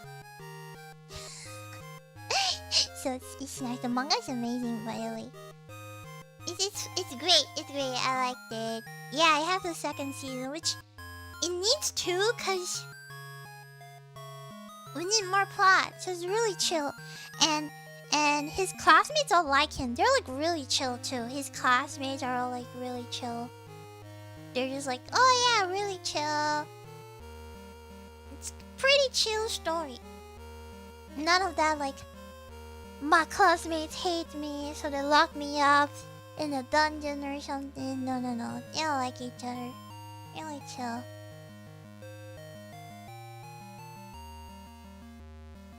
Look, a nice watch.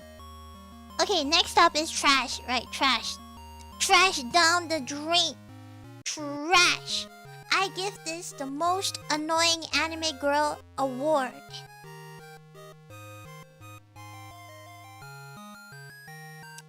Trash. Trash. Let me explain why. Okay, so I wrote such a long paragraph of this show. Right from the start, the main duo, the guy and the blue hair girl, they are childhood friends. They promise that when they grow up, they will open up a shop and they will stay friends forever. Consistent. And they promise that they will only become friends. However, this girl consistently clings to him like a annoying girlfriend would. So it feels like I have a secret crush, but I won't say it. But like they both agreed that they would stay friends. And she was the one who proposed the friend idea. She's like, I'll never fall in love with you. We're friends. Okay, so it's I mean it's cute if it's cute if you know she's like Tomo-chan is a girl, right? Like I don't know, man. I don't want to be. I think we're friends, but like I secretly have a crush. No, she's like, I think we're just friends. And then whenever the guy, the MC, has any interaction with anybody, she would sabotage it. But then she don't want to make a move. She just want to keep him around. And then she realized that one day she might not be able to get him. She breaks down. And then she never takes like accountability for her action. She'll always sabotage whoever people who goes near. But then she's like, we're just friends. We're friends. What? Sometimes I feel like she would do anything she can to just... Ugh, she's so annoying. Okay, never mind. Alright, never mind. Okay, so there's another girl that comes in the picture. Her name is Rion. It's the black hair girl. She and the MC has really good chemistry to each other. Like, she is a really nice girl. They both mix really well. They're both very good. But for some reason, he always chooses the blue hair girl. Like, I don't understand. Do you know that he wanted to move to Tokyo because Himari was like, I want to go to Tokyo to be a model and I don't care. So he's like, okay, then I'll just move to Tokyo.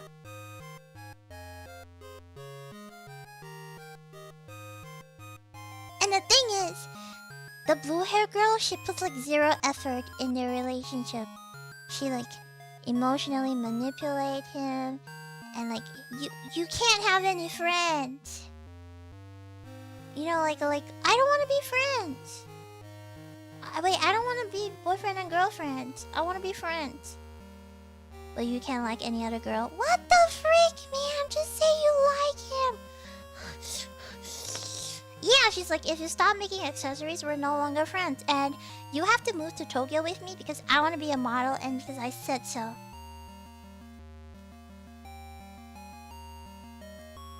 And, okay, sure. You bring in, like, the girl, right? The black hair girl, which kind of make this a love triangle. Which is okay. It's kind of fun. But the more you watch, the more you're like, you know what? You're like, yo, this girl, she's so good. This chick is so good. She likes making accessories. You're like a perfect fit. And you're just hoping, like, the girl wins. You're just hoping Rion wins. And then... oh my god. And then guess what? One of the episode was like Rion, like Inomoto, she likes the MC, right? And then Himari snaps. Guess what? She did nothing. She did nothing. She ran away. You thought she was like, she was gonna like fight her over it. Nope, she just ran away. Like the first episode Himari and the last episode Himari is the same. No progression, no nothing. I don't even... what the freak? And guess what? In a later volume, he breaks up with Himari. He actually got together with Himari, the child friend, but he broke up. Alright, here comes, like... you guys say it's okay, right? Okay, you guys say it's fine, right? Alright, let me tell you. So, the three of them are in a group. A friend group. Himari, the blue hair girl, she leaves the friend group because she wants the MC to come back begging for her to join back. You know? She's like, she wants him to come beg her to join back the friend group. So she purposely left the friend group. But then she's in denial because she realized that Rion is a much more better fit, like, as a girlfriend for the MC. So she emotionally manipulated him. So what happened was, it was Christmas Eve, and then so the main character was working an extra shift, and then so Himari was really mad that he was late, and so at that time she left the friend group, and she's like, I'm gonna join back the friend group because I'm the one who always made things work, and you guys just never make things work. I'm always the one that makes everything work, and you guys do nothing. All the things I've done for you, you have done nothing to me.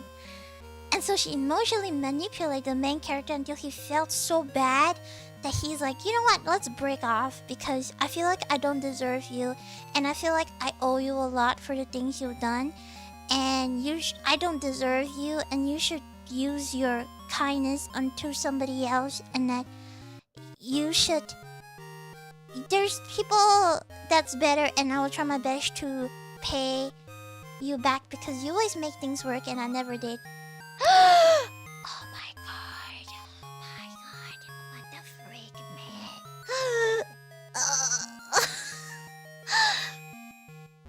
She's such an awful person.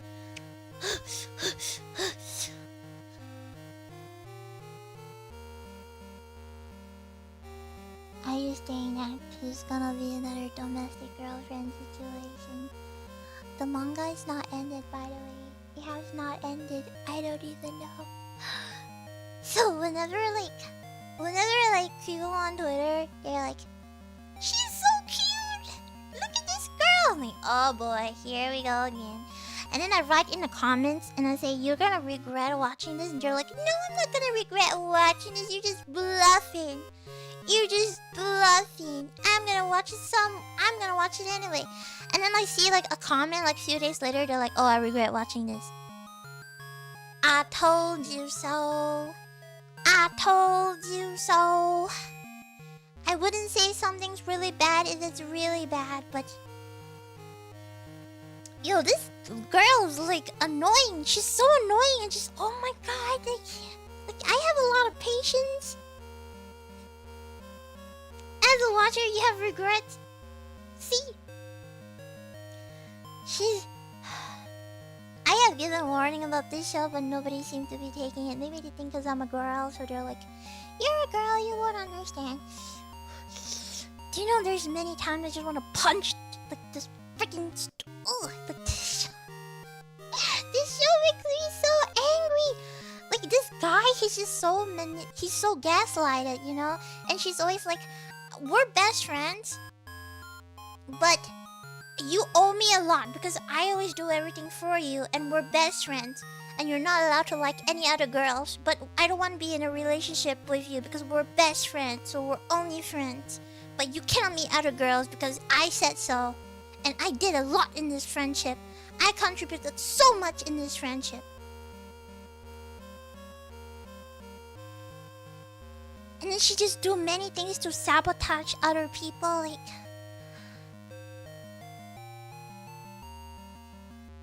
And then the thing is, she don't try anything. And then when you watch like Enomoto, she's just trying her best because she knows that the blue hair girl likes the main character, but she also likes the main character, so she is trying her hardest to win him over, and she on the other hand does absolutely nothing. So that to the point where when Enomoto like tried her best, and then like she realizes that like, oh my god, I think Enomoto is winning, she loses it. And you think they're gonna fight, and she just runs away and be like, you have to move to Tokyo with me or else we're no longer friends. I want to move to Tokyo because I want to be a model because I said so. Oh my god.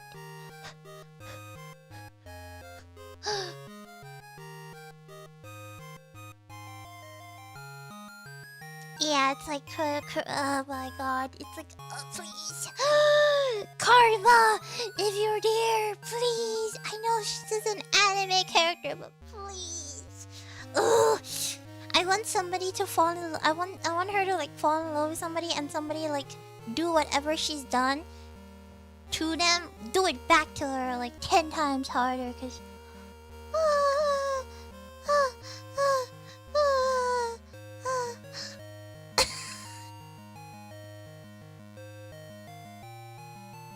it's just Himari is awful and annoying. I don't know.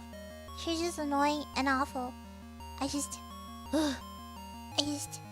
feel really, really sad for Enomoto because she's such a nice person. It irks me that you put in such a nice person, and then like this guy has already been so gaslighted that, you know, you just, oh man, the blue girl needs to lose. Exactly. Like it's not that she's insufferable, yes, but the girl is so nice, the other girl is so nice, you just feel like, why would you do this to her? Why would you do this to her, man? This is the only time where I agree that blue hair girl should lose. She's so annoying. Trash. Annoying. Really trash. Annoying. Trash. Annoying. Okay, next. I have... Oh, next is called Please Put Them On, Takamine-san. This is exactly like what I said about my life as Miss Inukai's dog. This girl, she's a perfectionist. Basically, girl can rewind her time by removing her panties. It's a pretty good ecchi comedy. Makes me laugh. It's pretty funny. It's a funny show. But a very fetish show though. So if you don't like fetish, you won't like this. Cause the guy, he's like, I wanna be bullied by big booby woman. I love feet. Sniff, sniff. Oh, honky donkey, I love my feet. Oh, yeah, baby. Yeah, so if that isn't your thing, this show isn't for you.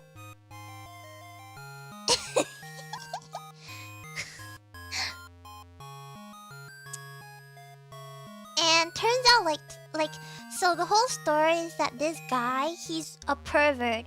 But turns out that the girl is more pervert than him. So it's more like she has affection for him, but she turns them into insults, you know? But in a way, she's like, you have to be somebody that's worthy of me, so you have to do this, this, and this. And then he's like, please step on me. And she's like, I'll step on you if you do this to me. He's like, alright, anything for that feet, baby.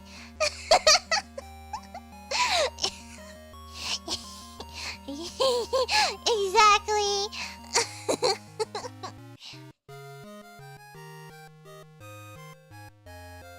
Yeah, and also the guy, he made it clear that he will propose to her once he sees himself in equal footing. And at the end, like, she blushed a lot when they hold hands, by the way. So it's like, it's really cute.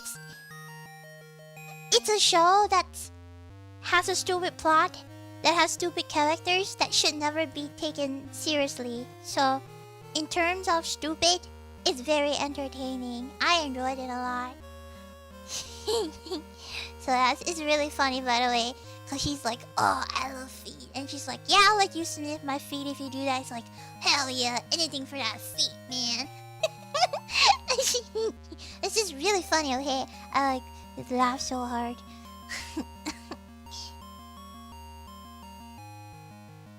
Next up, we have Kijin Gentosho. This is also, to me, one of a gem. Amazing story, amazing art. It's about a team of life, top notch. Basically, it's like Kimetsu no Yaiba, but it's feudal Japan and fighting against demons.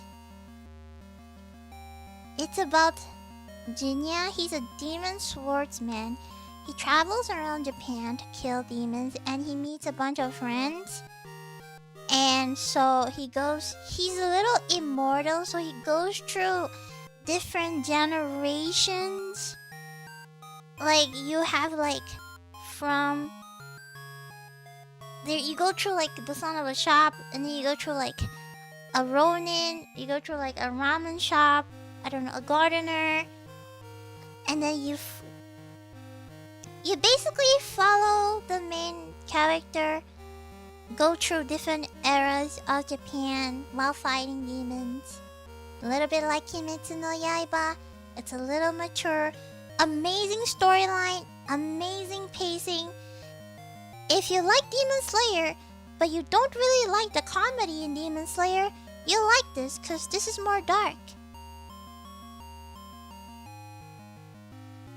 I just think the writing of this is really good. Really well written. Recommended. Amazing storyline.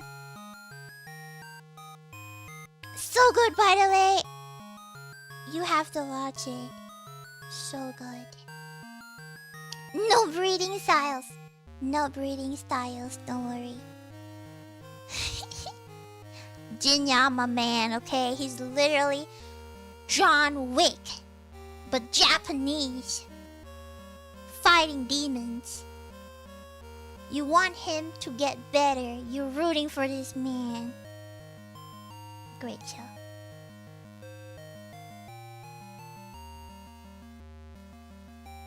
Next up we have... Oops. Next up we have... Daughter Collecting Simulator! Do you yearn a family? Do you enjoy watching a person collect daughters? Do you enjoy family shows? Because this show is for you. It's the family building isekai.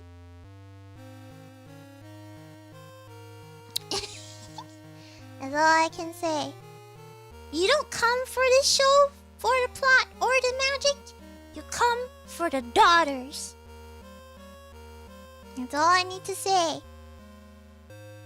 Although I have complaints about this show, it's because the second season has a lot of issue where there's a lot of daughters, but some daughters get more attention than some other daughters. Not really that balanced, because the main cast is cute, but some of the characters, they didn't even appear, you know? And also there's some production issue where the voices were getting cut off before they could finish. But besides that, it's still a lovable show. It's still great, you know? The title misled you. Don't let the title mislead you. It's just this girl. She got isekai and she like... Wait, was it isekai? Yeah, she got isekai and she basically just killed slimes. So she didn't realize she was killing slimes for 300 years, so she maxed out her level, so now she's super overpowered. And now she's like, what am I gonna do? Let's start adopting daughters! So she rescue like little girls and then welcome them to her family, and then she built a house and then they live together. It's a little bit like Leah Dell, you know? She died, she got reincarnated in her favorite game, and so she has a lot of daughters and sons that she created. So now she's on her journey to find her daughters and her sons and her like older guildmates. She's like this Oba-chan.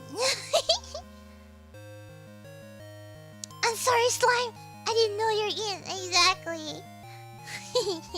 Really nice one, okay? Okay, next up. Trash, trash, trash, trash. No, you belong in the trash can. Trash, trash.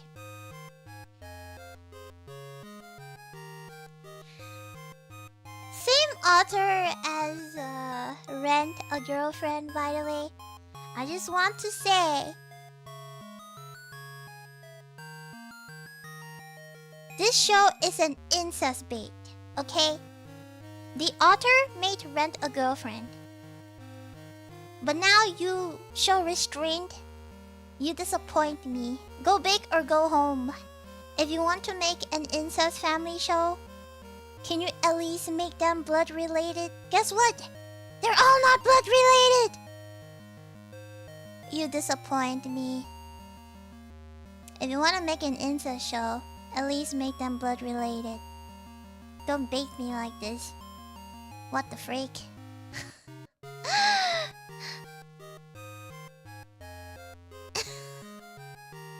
If you want to make an incest show, make it actually incest, man. What are you scared of? 1, 2, 3, 4, 5. What are you scared of? That 5-letter word. Don't understand. The reason why I say this is bad is that, okay, apparently the author, he took inspiration from quintessential quintuplets. And but I would say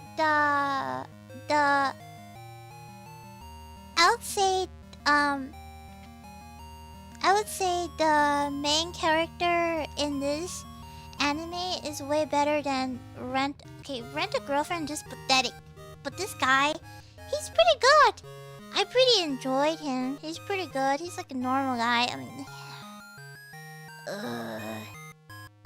The problem I have with this show is that it's just, oh my god, it's just so bad. It's like mediocre. I mean, okay, I understand. Like, some of the characters are really boring.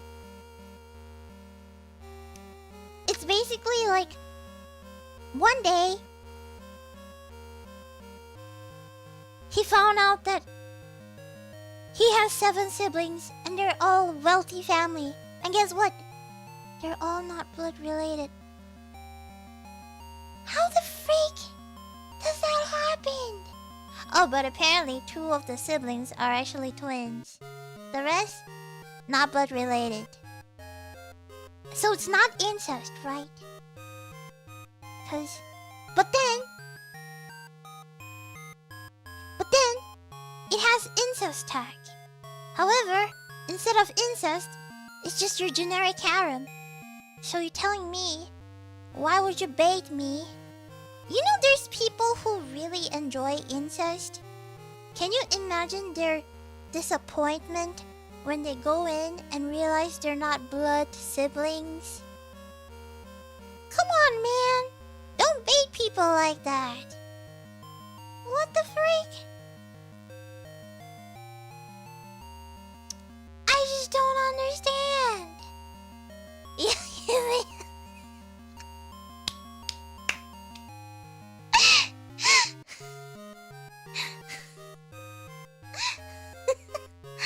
I think there's a lot of girls and sis that likes incest. I mean, it's nothing wrong liking incest. By the way, incest is brother, sister, but incest can also be mother, son, father, daughter, brother,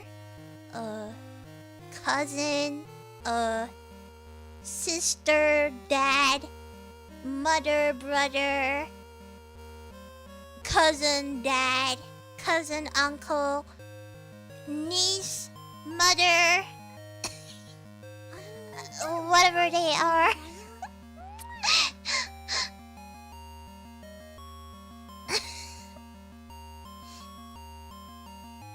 We will never have another Yosuyano Sora. By the way, it will never surprise me that out of all the fetishes you can't handle, this is what you can't handle? You scared of a brother and sister confessing their love?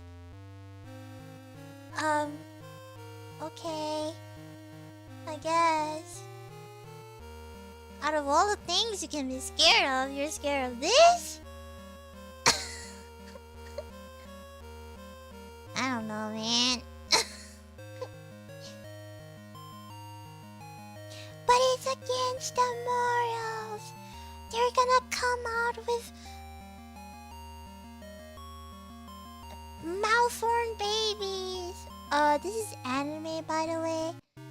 They are magically blessed by animation, therefore their baby will come out magically cute. Because this isn't real life, you moron. It's anime. It's 2D. They can do whatever they want.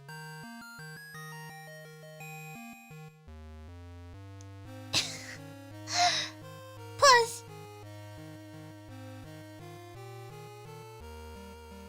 oh, maybe they were self-inserting. That's why they felt really wrong. You know what they say? The people who hate something the most actually are into them. It's just that they're in denial. Therefore, they're just in denial. Therefore, they hate it so much, but they actually kind of like it. So maybe they were self-inserting and they're like kind of like it, but then they're freaked out that they kind of like it. So now they're the biggest haters. It's your birthday, Glorb. Happy birthday to you. Happy birthday to you. Happy birthday to Glorb. Happy birthday to you. Happy birthday. I don't know, I just think that it's so kind of funny that out of all the kings that you know, there's like decapitation, there's like war, there's like reverse birth where like the guy he goes inside the girl's stomach. There's like animal, human cattle, animal cattle. There's like the human toilet. There's like the centipede. There's like many things, but you're scared of incest. I don't know, man.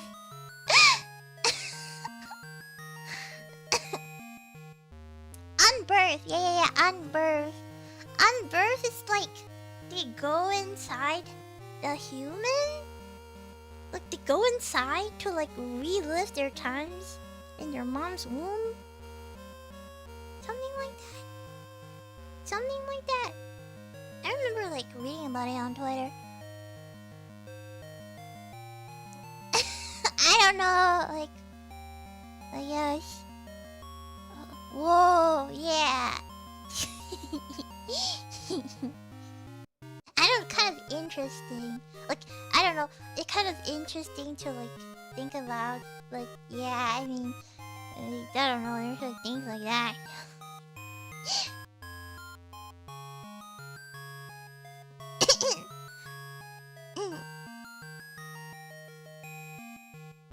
But yeah, anyways, this show belongs to trash, cause like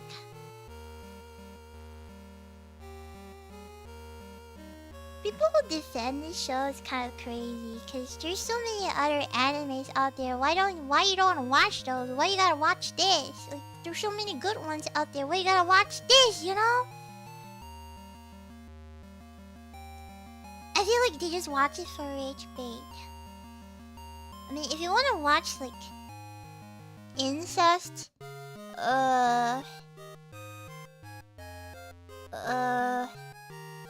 is there any good incest animes?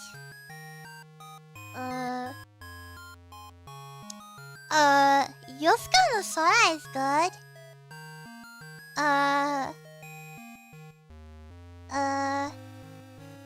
Onima is good. Kind of. Really? Not really. Shinmao Testament is also good. I think it's called Testament of Sister New Devil. It's also good. I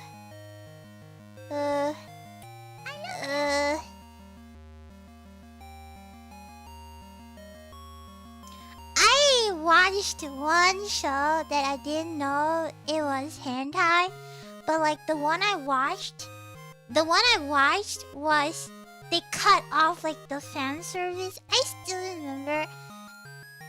It was like, I don't know what's the name.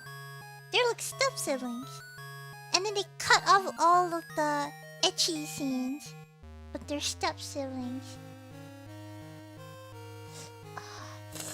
What is the name called? She has like, the guy's like a shota, and she has like black hair.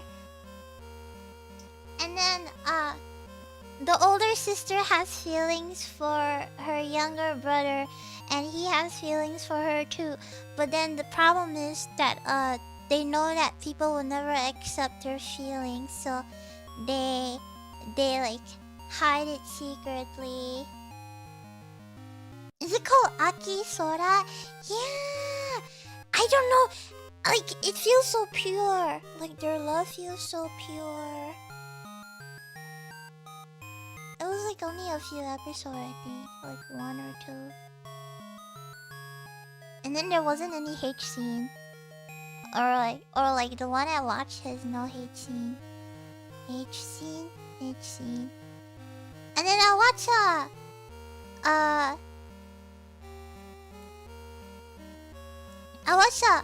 To Love Ru too. That was another sister one. And then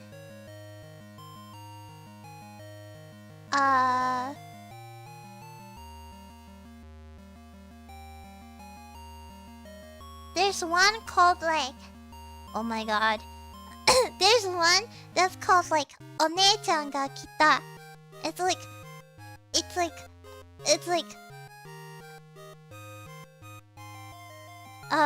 the sister's like so obsessed over her younger brother.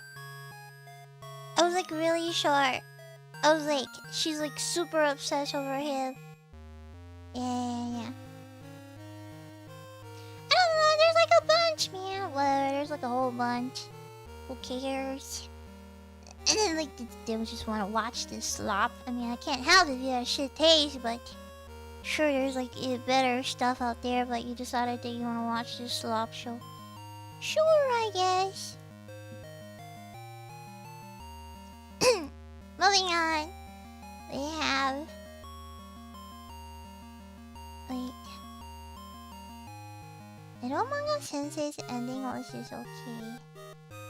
Next up, we have Mobile Suit Gundam.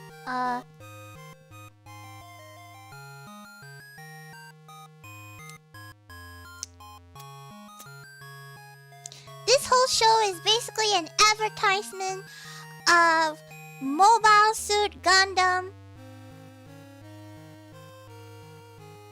Yeah. This whole show is just an ad. A marketing ad. This whole show is a marketing ad for Mobile Suit Gundam 1979. That's all I can say. I like watched this show and I'm like, what the frick is this? It's a rom-com. It's a teenager rom-com, by the way. Of a Gundam? Like, I wish I enjoyed it, but like, it's only 13 episodes. I kinda wish we go back to the old Gundam timeline when we have over 50 episodes. And then the problem is they try to make it so deep. You know, so like one of the girls, her entire motivation is on a boy named Shuji, who she has basically zero interactions with for the entire show. And then every time she makes her actions, it's all about this boy. And then all of a sudden, another girl decided that she's going to like this guy. So it's like a third triangle somehow again. Out of nowhere. Like, what? Like, it's a 12 episode show, by the way. Even the witch, the mobile witch, had like 25 episodes, and that felt so rushed. Like they were scrambling to fit all of their story in one. This one is like 12 episodes. Basically, they just shove all of their ideas. I can basically tell that the producer of this show has a huge passion for Gundam, New World Gundam. Basically, they feel like Gundam is too old, so they're trying to cater to a newer generation to watch Gundam. But the problem is, you have such a good concept, but you squeeze it into 12 episodes, so guess what? Obviously, it's gonna be confusing as heck. The story of this is really good, the potential is there. But it just kind of gets eaten by the triangle romance, you know? It's like they want to like do Evangelion, but like, imagine Evangelion in 13 episodes. Yeah, you get me exactly. So to me, it's like an easy skip. Don't bother unless you're a really hardcore Gundam completionist. Then go for it. But nah. Next up, we have to me one of the gems of this season. Do you like prim and proper ladies, but secretly behind their prim and properness, they swear like a sailor and tell each other to eat shit and suck their pee-pee? Well, the show is for you. Also, it's a little bit of a Yuri. If you like.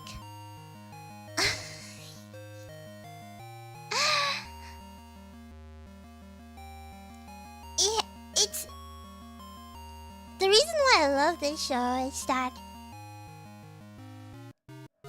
it's like you have these prim and proper ladies. Super prim, super proper, in like a noble maiden, a prestige girls academy.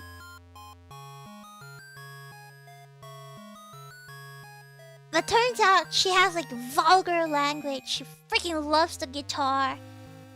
And they get into heated competition. And they just want to crush each other out with music. Like it's wild. And they're so vulgar, by the way. They're so vulgar. They're like... They're like...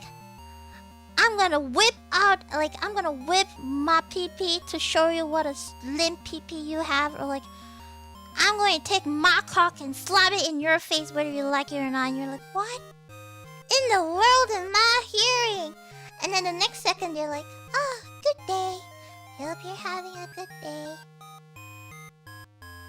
Yeah, this... Wait, I mean, look, the screenshots... Like, they're just like... Also, there's like dominatrix in this show. They're kind of like... It's a little Yuri, by the way. Let me show you some screenshot. These ladies' modesty.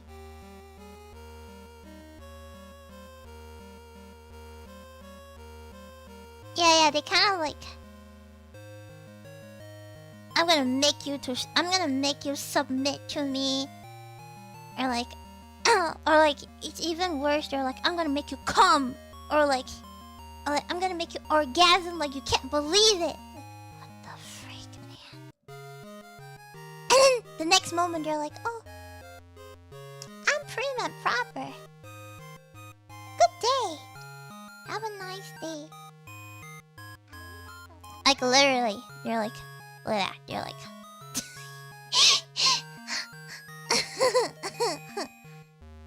Lemmy, have you gotten to the point where every anime you watch seems like something you've seen before and you just can't get into anything anymore? Not really. I guess it's like desensitizing if you only watch a genre, you know? Like if I only watch shonen, I'm gonna get tired of shonen. Like if I only watch slice of life, I'm gonna like, I feel like nothing's new anymore. So sometimes I feel like you gotta watch some random shows. Some like unhinged show. It kind of makes you like, whoa, what's going on? To like jumpstart your brain. I think it's just anime fatigue, you know? Gotta find like the obscure shows to like jumpstart your brain. And then you'll start to like, oh yeah, I'm okay with like other animes.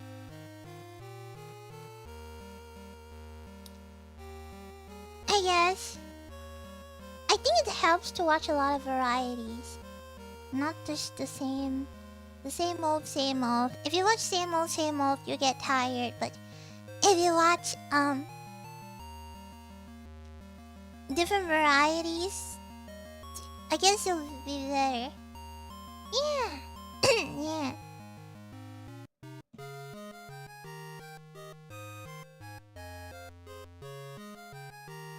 So maybe like take a break and like watch something different. Watch something different. Watch something unexpected. Watch something weird to like jumpstart your brain. Cause it's like pretty fatigued watching the same thing over and over again. Yeah. We need a new gothic Lolita anime. Oh, it's been a while since we have something remotely gothic. I miss like Dantalia no Shoka, Gosek, Rosa Maiden, the Scissors anime with the long hair girl with the scissors. Yeah. You need variety, man. You need variety. Or take a break from other animes. I like watching older. I like to rewatch anime. I don't know. I really enjoy rewatching anime. So sometimes I tend to like, when I'm really tired of like new anime, I go back to some of my favorite anime shows and just rewatch everything again. Yeah. I guess you can branch out to different genres, or you can just stop watching the newer animes and watch like some older animes. Like, rewatch some older animes, rewatch some of your favorite animes. It kind of helps to just give your brain a little break.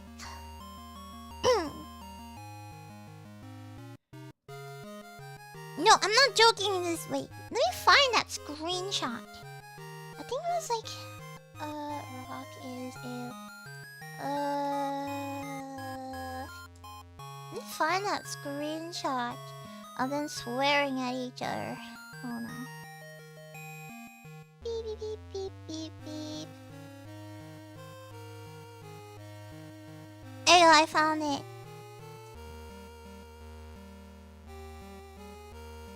Ooh.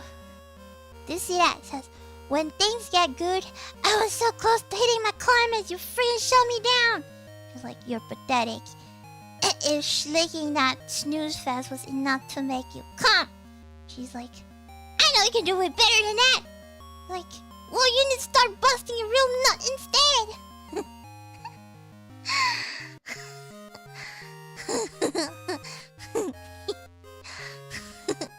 By the way, prim and proper girls. Prim and proper girls.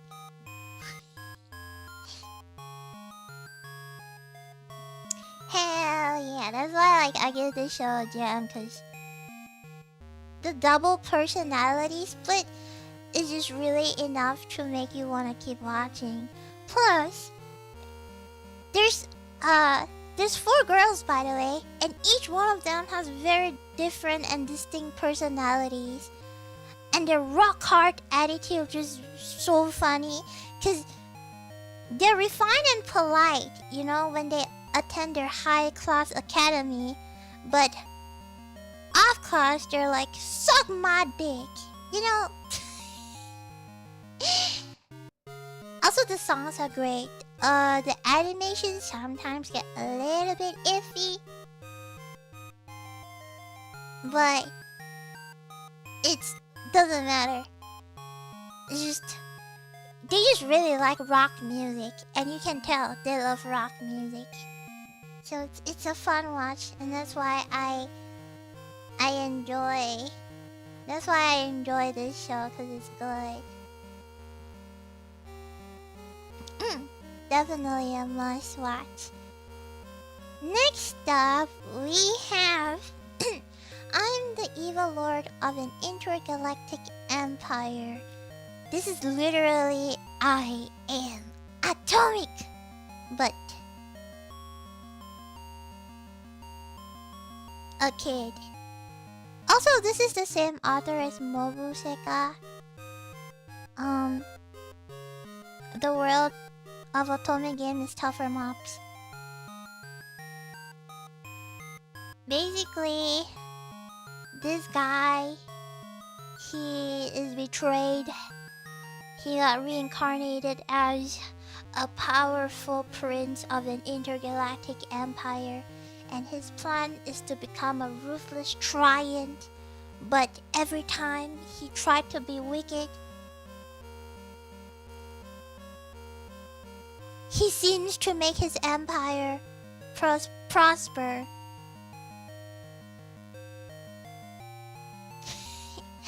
He's basically this is the misunderstanding anime. Kid tries to be evil, but saves his planet. like Evanescence Shadow, like very much like that. Also, there's this girl. She's a maid robot. She's like best girl. Okay, she's best girl. And oh my god, I went in thinking I'm gonna laugh, but I cried because he loves her so much. Also, in the manga, they did the do. Just saying. So. Also, this is really funny because, like, you can see how much the Galactic Empire improved. So, one of them was a small bar owner. Nobody was in the bar. Ratchet bar. Broken stools everywhere. Dirt poor. And they're like complaining, what can a 12-year-old do to save our empire? And then you can see at the last panel of the last episode, that same bar turned to a restaurant, bustling with people and bustling with orders. So you can really tell that the Empire has progressed really far just by the kid being evil. I really like it. It's so funny. I love like the fake evil protagonist. It's just so funny. You know? Apparently the manga's like, I think the manga's better, but it's so good! It's so good! I just loved it. It's great. Okay, next up we have to me, tops of the tops of this season. Tops of the tops. This whole show is basically two characters, Ahaden and Aido. They sit next to each other, by the way. They're like, and they were classmates.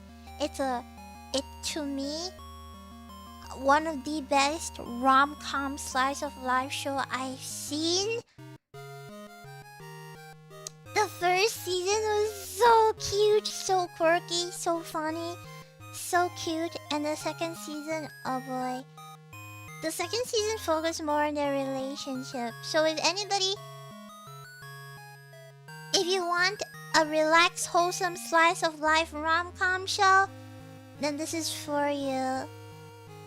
Easily one of my favorite romance show ever.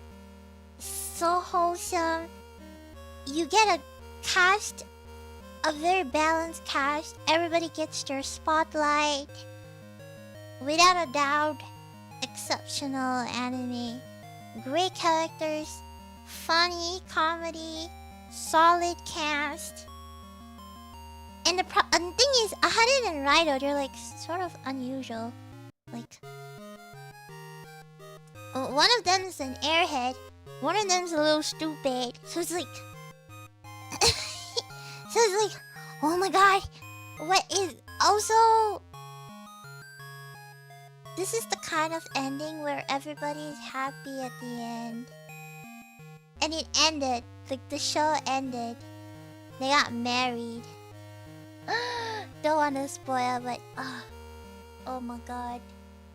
Like, 2 seasons. I didn't expect it to be only 2 seasons. Oh, I can't spoil, but the ending was so good. Like, Raido, he became a novelist and he became an astronaut. He went to Mars. And Ishikawa and Sato got together. And yes, it's a little rushed, so that's why I didn't you're spoiling the ending. Whatever, it doesn't matter, just watch it too. Just watch it. It's good. It's good. It's good. It's kind of the show where you look at the picture and you go like, I think this is gonna be funny.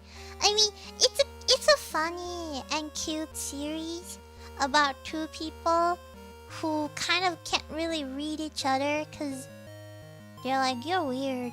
And the other was like, you're weird. And then somehow they got together, so it's really sweet. Plus, this is the same mangaka that did Genkigan no Honyan-san, which is also one of my favorite shows. Not romance, but the Electric Town's bookstore is a story about a group of people working in a bookstore. And then it's their daily life of them working in a bookstore. Then you get like the side Fujoshi who pretends to not be a Fujoshi but like wants to embrace the Fujoshi life to buy books, but shy to buy books. And you have like Enoji-san buying like random books for their granddaughter.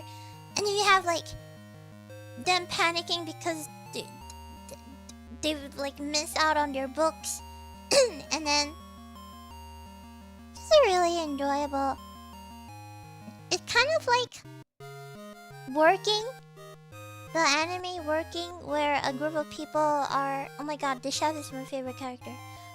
Like they're just a group of people working in a family restaurant. The shenanigans of their daily life working in a restaurant. Or like servant ex-service. Or like Hanasaku Iroha. Or not really related, but like Arakawa under a bridge. They're technically not working together, but it's a setting of a group of different personalities getting together, you know? Like that kind of vibe. Which is great! I recommend one of my favorite. This is one of my favorite romances. It's so wholesome. It's so wholesome. It's so cute. Ugh. It's one of those shows where it's drama free and it's so wholesome. It's so cute. They get together at the end. Everybody is happy. Happy ending. I feel good. Good show. And then when you finish it, you're like, oh, I feel so empty inside. I did watch Genkigan no Honyan-san. It's amazing. Yeah. I feel empty now. You know, a romance show is great when you finish the show and you feel empty inside. That's how you know a show's great. Not just romance, any other show. As long as you watch a show, you finish an anime, you feel empty inside, it's a good show. That's an indication of a good show. Gotta feel empty inside after you finish it. Next up, we have Go Go Loser! This is the second season of the first. It's like Super Sentai, like Power Rangers. It's basically... The story is basically there's a great war between humans and monsters. So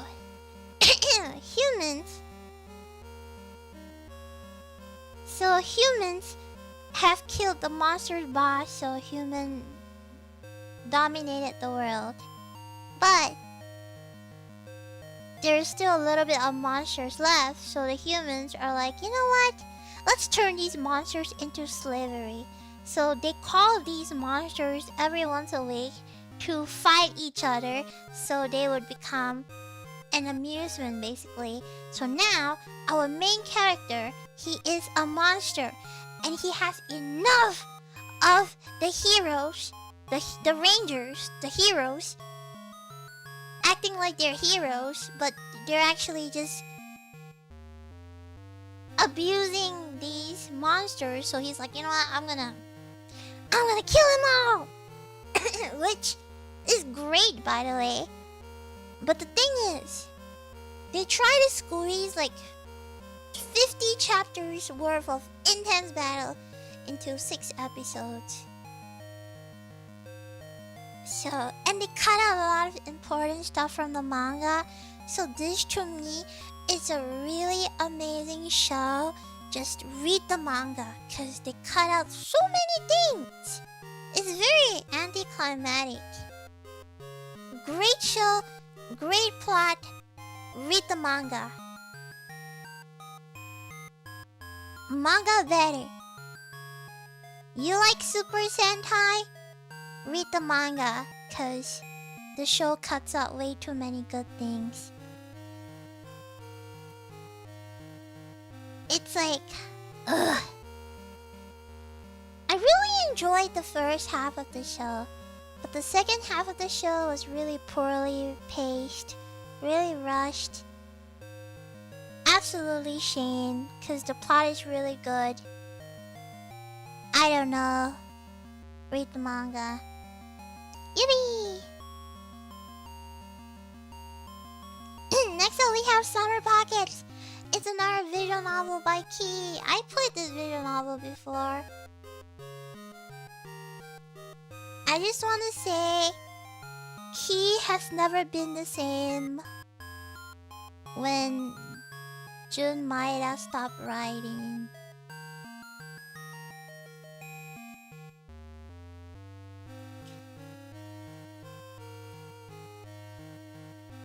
Summer Pockets.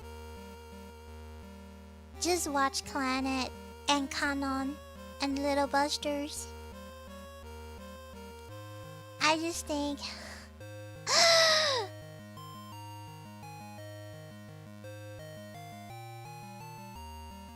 the story is about this guy. He got sent to an island to sort out his grandmother's belongings, and then he meet a bunch of girls. And then he realized he has a bunch of memories that he haven't realized.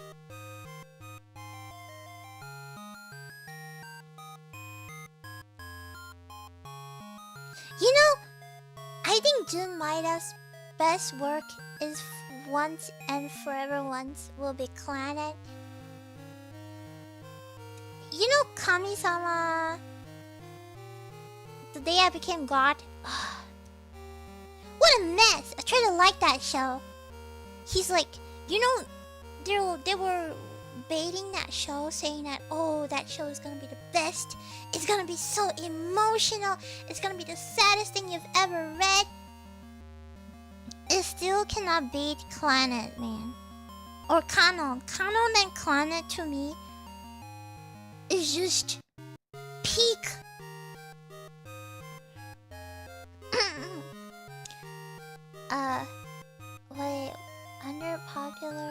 Wait, popular opinion? Unpopular opinion. I think Angel Beat is rushed as heck. Everything is just rushed. There's no conclusion. Planet is better. Planet After Story is the best. So yeah. Don't know why people think Angel Beats is the shit when I think it's so rushed and it needs more time. Just like this show, it's just, I don't know, the writing just so... it's just... Don't bother! Don't bother! You like Key? You like Key? Planet After Story, Canon. Little Busters. There you go. Don't need the rest. The rest is just bad. I played all of these before. I played Little Busters, Angel Beats. I played. Oh my God, Charlotte is like another. The Charlotte is like another freaking mess too. Yes, Air, but Air is good. Air, Canon, Planet After Story, the peak 4. Charlotte is so rushed. I just don't understand. Why are they all so rushed? They could have just made it longer, you know? I don't know.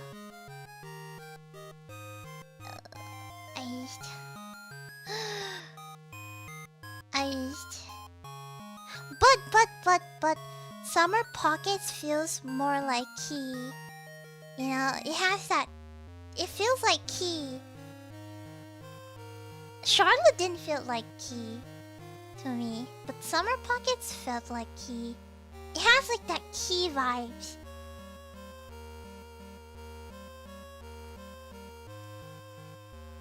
But I just think that Junmai does like best work in Planet Little Busters. Just can't beat other stuff. Yeah, you're supposed to cry, but like it didn't make me cry as much as Planet. Nothing will make me cry as much as Planet After Story. Nothing will make me cry as much as, oh my god. I know how did make me cry like bad, but nothing will make me cry as hard as Planet After Story. That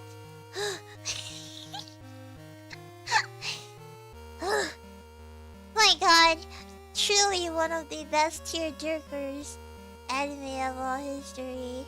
Planet After Story. Nothing will make me recover.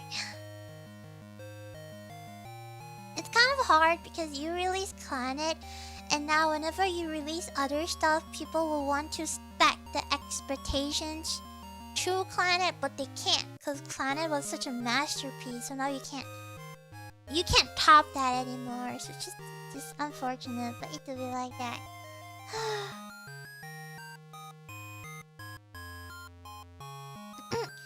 Next up is another gem of the season, Apocalypse Hotel. Apocalypse Hotel is basically a post-apocalyptic hotel that will make you laugh and will make you cry. You will have existential crisis, but you will also laugh. It's amazing. It's written by the same person who wrote Yokohama Shopping Lock, which is the #1 Iyashikei anime. That show is basically about a robot who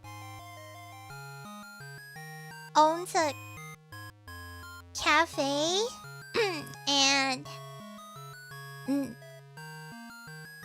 it's post-apocalyptic, so no humans are there, so she just like, life goes on. Yes, life goes on no matter what. This show, it's about a hotel, and the people in the hotel are robots, tanukis, non-human, because we're in a post-apocalyptic, so there's no humans. But every day, the robots, they clean up the place. They're so proud of their work. Even when no customers show up, they still focus so hard about the cleanliness of the hotel. And you can tell that the hotel is slowly degrading because humans have gone extinct. And despite the decay of the surrounding buildings, they still work their hardest to make sure that absolutely everything stays in place. For example, one episode they went batshit crazy because one of the shower cap was missing. And they're just crazy because they couldn't find that shower cap. And now they're worried that no humans will come to the hotel because they lost a shower cap. The doorbot! Oh my gosh! You know, the doorman robot, one time he went crazy because he couldn't open the door. And he's like, I couldn't fulfill my mission.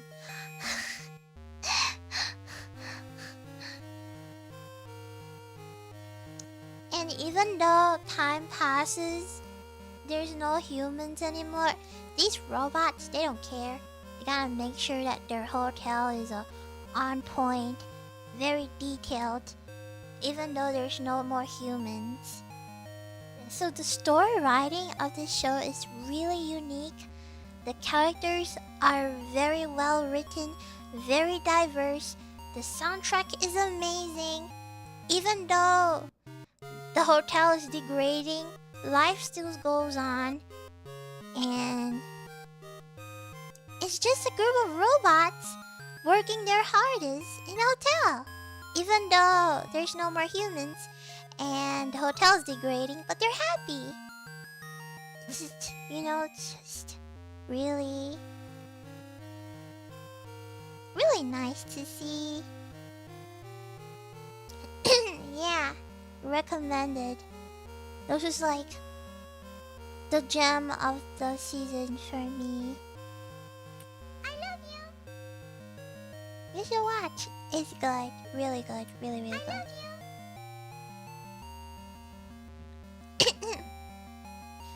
Arigato Super Chapter. It's an old anime, but did you watch Oji-san and Marshmallow? Oji-san and Marshmallow. Oh my god, I did! Yo, I haven't seen this in a while. Oji-san and Marshmallow. Oh my god. Oh my god. It's basically like this guy, he's like an Oji-san. He just works in an office job. And he freaking loves marshmallows. And he there's this girl who likes him. And she knows that a way to a man's heart is through his stomach. So she chases him every day, but they're so dense. So he doesn't know. It's a really short series, by the way. It's like they're forming a relationship. Oh my god. Also, they have age gap, which I love age gap shows. This one. Are?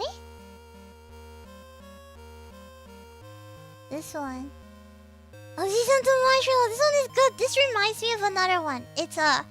It's called I Can't Understand What My Husband Is Saying. Oh, this one is so good. Oh my gosh. Nana ga nani o itteiru ka wakaranai. Oh, this is so good too. This one,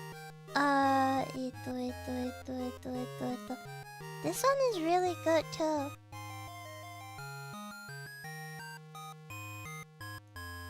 This one is also, it's like I can't understand what my husband is saying. They're basically a married couple, and they're kind of quirky too. And it's like daily lives of them, like daily lives of a married couple. So good.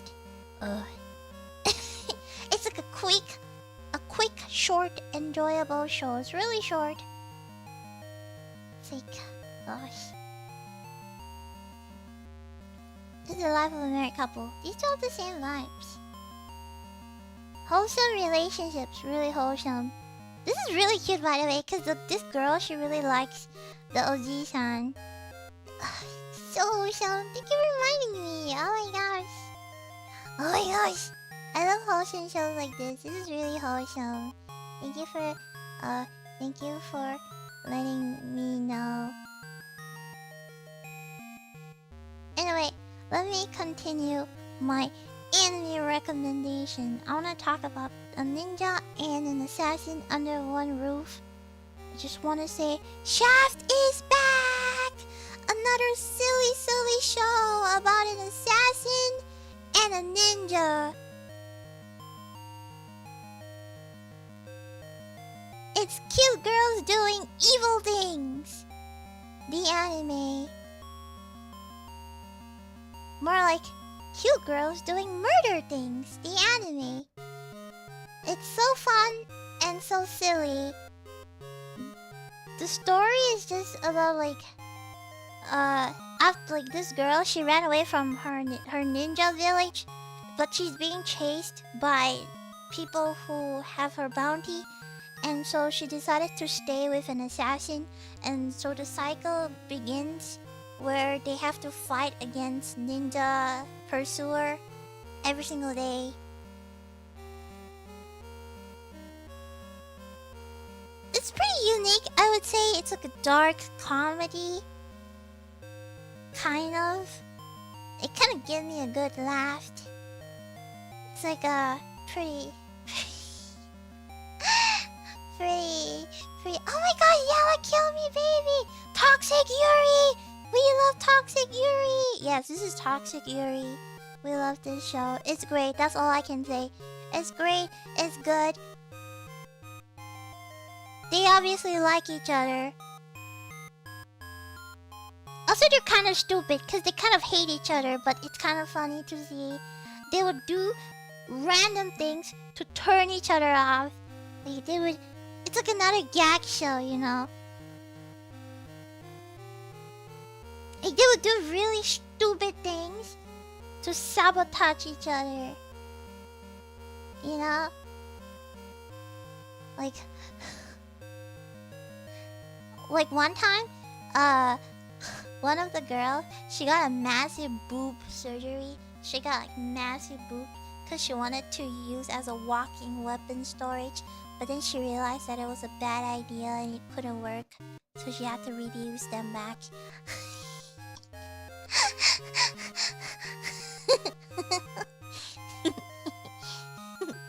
It's like that's silly. It's just silly, okay? It's silly. It's just so funny, but also they keep murdering each other, so... Silly fun show. And then next up we have Once Upon a Witch Death.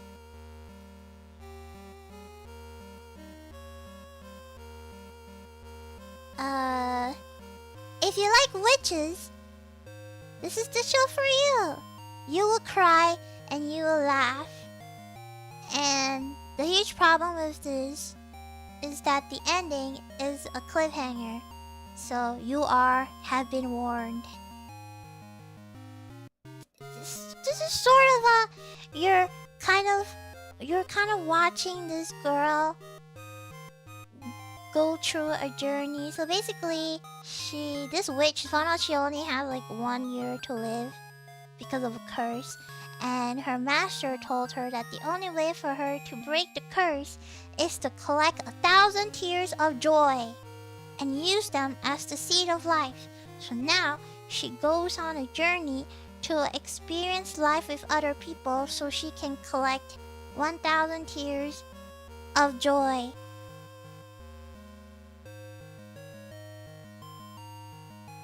This show is a little bit like Violet Evergarden, except it's witches. We'll make you cry, we'll make you laugh. But then he has a cliffhanger.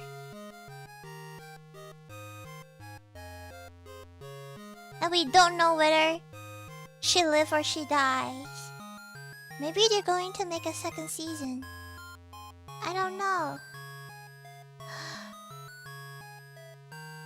So yeah, you have been warned. There is a cliffhanger. Not a good one. Move on to a really good show. It's called Mono.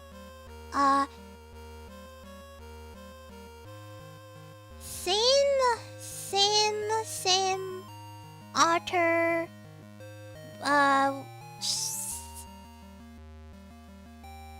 Basically Eurocamp but camera. And a little bit of horror. Actually, many horror.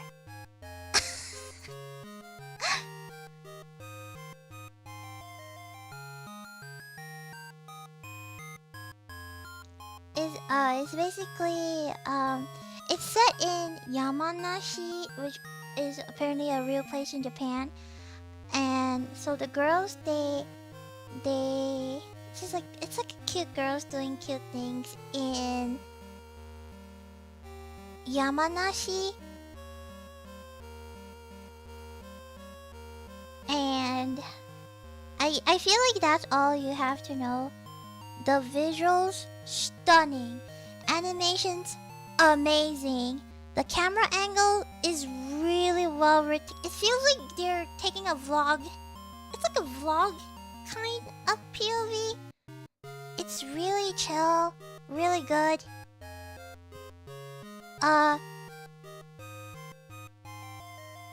This is a different studio than Eurocam, by the way. It's by Studio Soin. However, they did a really great job with the animation. It's really visual appealing. Also, did I say it's horror? Yeah, it's horror.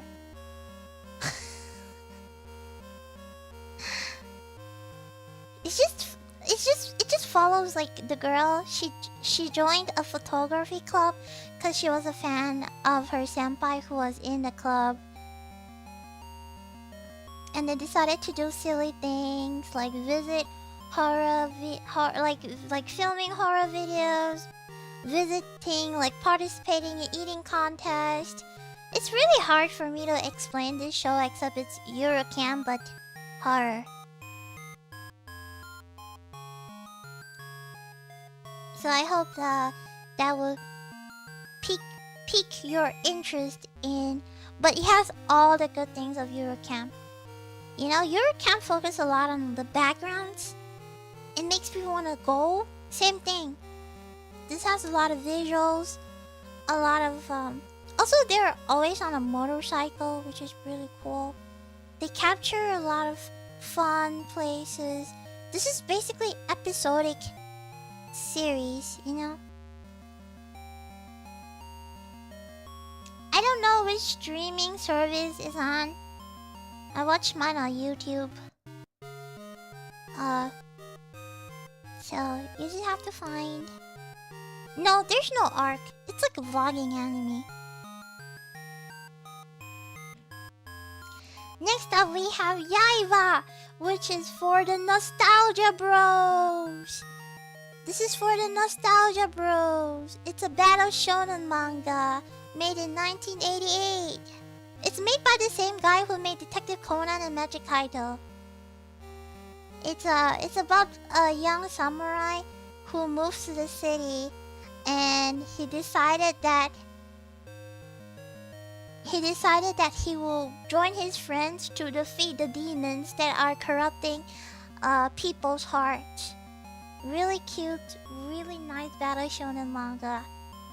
It's for the Nostalgic Bros. This show was really big back then, apparently. I think Rooney is watching this show.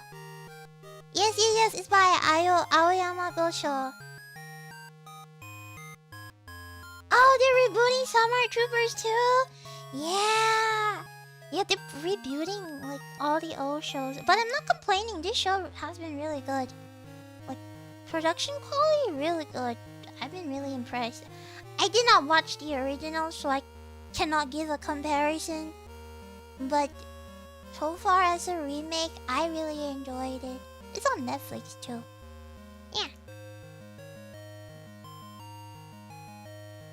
Next show is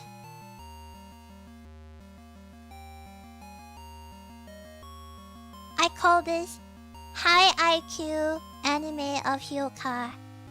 This is basically the same author as Hyoka. You need big brains for this anime. This is a detective anime, by the way, and the way that it's built makes you feel like you are the detective and you are solving this yourself. You will have to come up with the answer. The anime will give you some tips, but you have to come up with your answer because the anime won't give you the answer. It's a lot of foreshadowing, a lot of character development, a lot of mystery, a lot of complexity, a little bit dark, big brain. Probably need to watch this a few times. What is that? Wait, who made Interstellar again? Who was the guy who made Interstellar? This is basically Interstellar, but anime. In terms of, I need high IQ to watch this probably a few times. Christopher Nolan! This feels like Christopher Nolan wrote this show. The storytelling is amazing.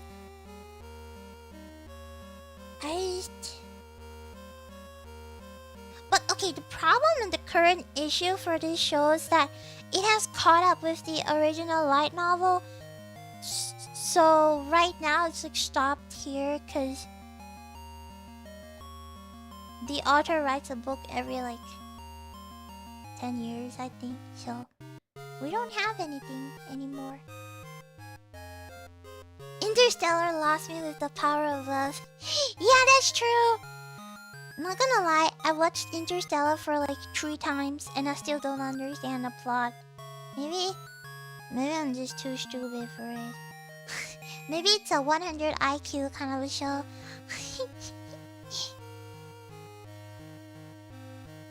I think Show Shimin is a combination of really good writing with a mystery hook that kind of makes you focused on this show. Like, you cannot space out on this show. You cannot put the show in your background. You have to watch this show arguably 2-3 times to understand. It's basically a more intense Hyoka. Hyoka is more slice of life, but this is more intense. Next up, we have Your Forma, which is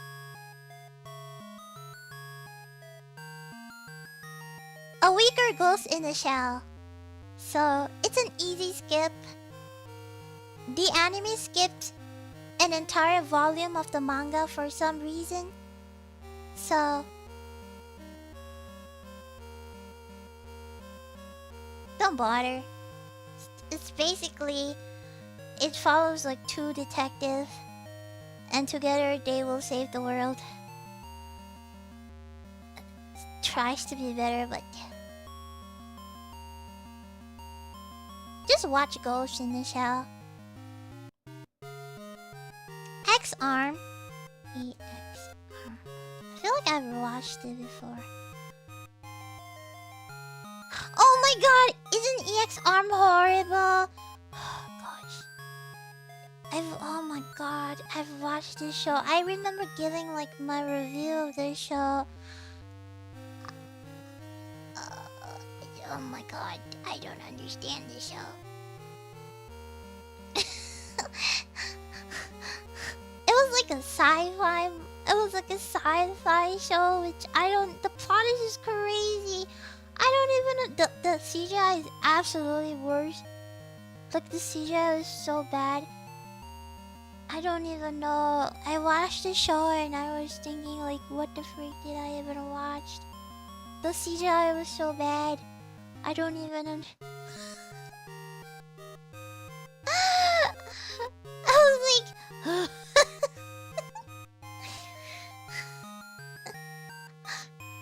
Okay, to be honest, the material is decent. It's just the CGI is kind of like, you should watch the CGI just to laugh at it, you know?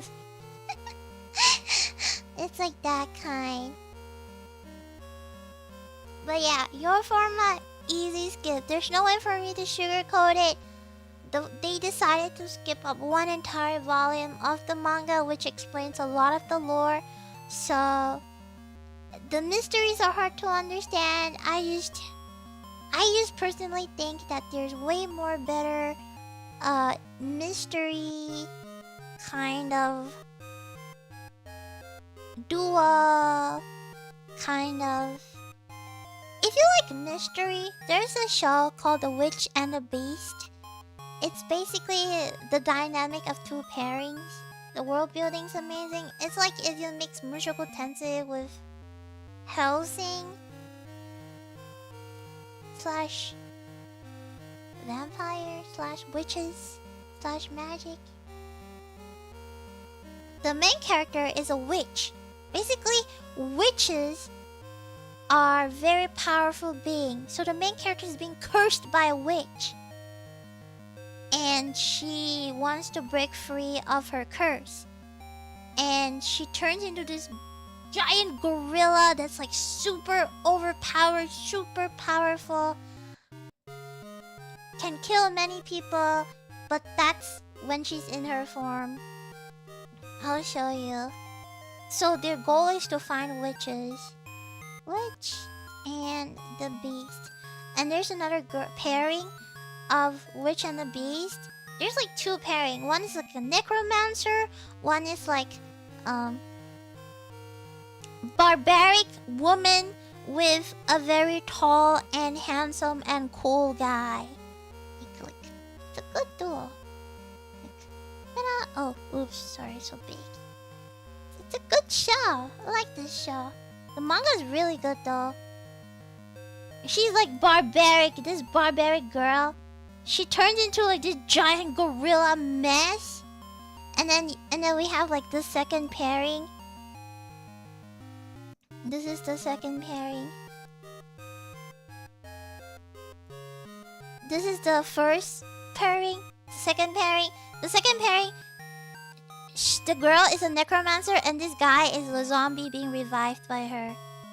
Good plot, good storyline. Really good. Really slap on. You should watch. I like it. Yeah. The manga's amazing though. I'm surprised not many people talk about this. It's pretty good. It has that old vibes. It has that old Victorian. It's a little bit like Black Butler vibes. Old Victorian. Kind of a vibe. No, I need a more precise.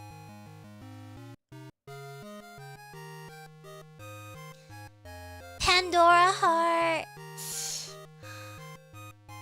There's this anime called Undead Murder Farce. Undead Girl Murder Farce.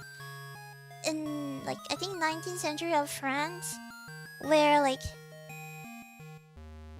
people died, vampires died, so they hired a private detective to come and solve supernatural activities. Undead Girl Murder Farce. It has the same vibes. They're like mystery show set in a supernatural Victorian-esque world kind of vibes. A little bit like Blood Plus, I guess. Or like Dantalian no Shoka. Or like Vanitas. Vanitas, Dantalian no Shoka. They're like magic supernatural in a Victorian-esque world. Recommended if you like. Okay, next we have Anne Shirley. I was just showing YouTube, by the way. Apparently, Anne Shirley is... This feels like an 80s anime. This feels like I'm watching Studio Ghibli, but anime. It feels like... Wait, no, apparently the director of this show created Studio Ghibli films. So this was like pre-Studio Ghibli. Apparently this show is so loved by Japanese that they turn it into an anime. It's like a 1979 anime about an island in Canada. I think it's called Prince Edward Island in Canada. The story is about this orphan. Her name's Anne Shirley. She got mistakenly sent to a different orphanage, but they decided to adopt her anyway. And then it's a coming of age show of the story of Anne Shirley growing up, meeting friends. It's really, really nice, really nostalgic. Love the anime style. It's literally Ghibli, but anime series. Oh, it's based on Anne of the Green Labels. Yeah, I'm a sucker for country sceneries. I love a good country scenery anime, and this show is so good. It like scratch it like this. I need to show you Anne Shirley. Anne Shirley anime 2025.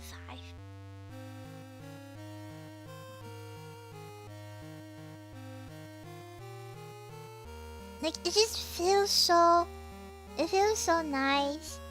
Like I don't know. It has like 90s vibes, 70s vibes, and the animation really kept like the vibes.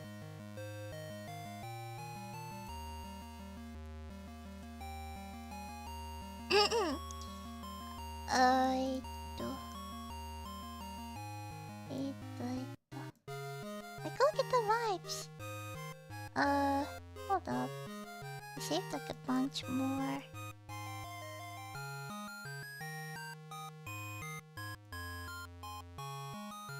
It's like very cartoon-ish kind of a vibe.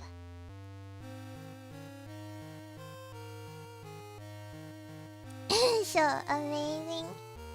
Why are you unironically the best anime reviewer? Cause I'm an ultra weeb. That's why.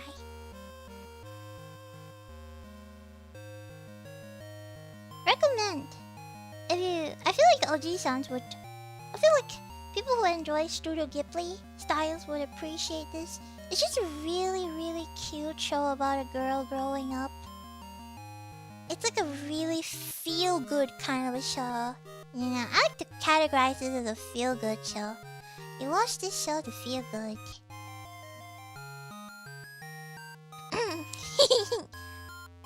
Yeah, this is a feel-good show. You watch this show to feel good. Feel satisfied. Feel happy. Next up, we have Peak Uma Musume. Peak. I think Saiyan really cooked really hard. Do you like racing? Do you like horse racing, girls? Well, yeehaw! This is the show for you. Girls who likes to run because she can. That's it. You know the first Uma Musume anime was pretty bad. Like it was just okay. But this one, oh my god. This show is so fun. I feel like the timing of this show was really good because the game just came to global. So this timing is excellent. Oh my god. I freaking love Oguri Cap, okay? She's a star, she's so goofy. She wants to run because she can run. Uma Musume is basically daughter simulator. You raise your daughter so she could run and be a racer. Literally. And this show has like oh my god, this show is just amazing. I don't know how to even explain. You're just cheering for her. You want to see her grow. You want to see her win the race. But sometimes she falls and sometimes she loses. And it's okay. Like, you know. By the way, don't underestimate how intense you would get seeing horse racing. Sure, it's just a bunch of horse racing, right? Oh my god, no, it's even worse. It's even better than that. It's like, oh my god, it's taking up all your soul, your energy. Like, so intense. Every moment you're just watching, you're like, oh my god, are you gonna win? Are you gonna win? Are you gonna win? Are you gonna win? It's so hyped. It's so hyped. It's a good show that even if you're not interested in horse racing, you would want to watch. It's a great introductory to Uma Musume, I feel. The first anime, not really. This one, oh my god. This show makes you feel like you want more. it's so intense. There's like crazy cliffhangers, intense moments, moments that's so heartwarming you want to cry, especially when you see different horses and then they become friends and then they go through really tough times and they're struggling because they want to win. Just I'm gonna be playing Uma Musume tomorrow, by the way. Really excited to play it again. So yeah,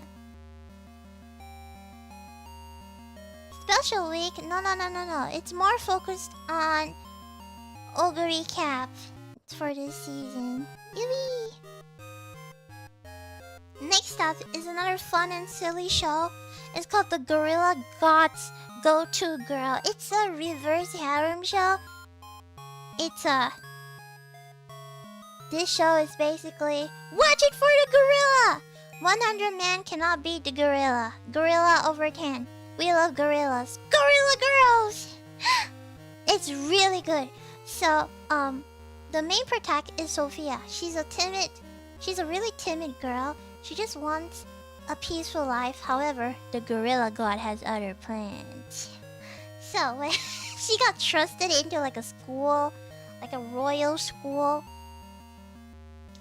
and now she realized that she has gorilla strength because the gorilla god decided to give her a blessing, and now her life turns to nothing but normal. It's like a slice of life show, but gorilla, which to me I feel is really rare. And it's just really funny because the gorilla is basically a stand. I just watch it for the gorilla, man. Arigatou subachato. Hi, Wemiko. Been a busy day. I can only show up for a bit. I hope you have a fun day. This is just watch it for the gorilla. It's really funny, and you just watch Sophia trying to become a full-fledged knight. And even though this is like this is not really a reverse harem, because she only likes one guy, which is Isaac. She only likes one guy, which is Isaac, and the two of them progress really fast. And they like hold hand and they kiss all in one season. So if you're wondering if they ever get together, yes, they do in one season. Solid season, really funny, good ending. They got together, we get what we want. Gorilla out of 10. Yeehaw. A next really wholesome show is called Food for the Soul. Basically, this is the show created by the author of Non Non Biori, so you know it's gonna be good. Cute and funny girls who loves food. Literally, food, the anime. Delicious food, cute girls. Daily lives of 5 university student girls who just want to enjoy their university life and also make food. To me, one of the tops cute girls doing cute things, cause cute girls doing cute things while cooking. This is the perfect cute girl anime for you if you like food. Do you like food? Well, then watch this, cause it's all about cute girls doing cute things while cooking. Also really funny, cause it's the author of Non Non Biori, and you know in Non Non Biori, everybody laughs. Yeah, Lemmy, I rarely see you in my country town, but today I'm glad to see you while online. Ah.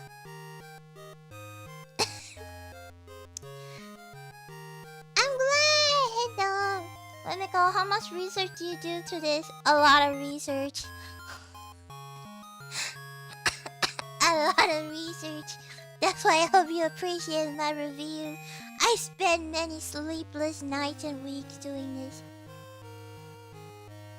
But yeah, I feel like this is consistently really wholesome. To me, I feel like this is probably one of the tops cute girls doing cute things for this season. Even beating the Eurocamp one is this one, because every character and their dynamic is really good. The food is amazing. I don't think they cut any corners. The opening is amazing. The ending is amazing. The soundtrack is amazing. The food is really well made. You would feel really hungry because the food is really good. Also, the background is really good. How do I show you? Food for the soul. Food for the soul anime. The background is seriously amazing. How do I show you? Oh, it's like really one of the underrated shows that probably nobody talks about.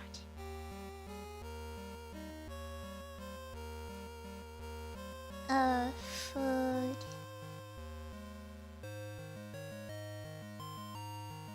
Oh my gosh, here's a snippet of one of the foods.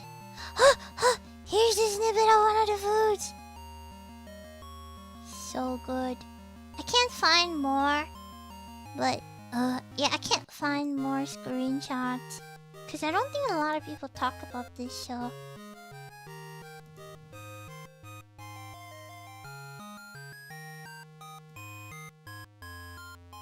Oh, it's so cute. It's like it's so cute. It's so cute. It's so cute. It's so cute. It's so cute. It's so cute. It's so cute. Wait, look at the food, man. What kind of high quality food is this? That's crazy.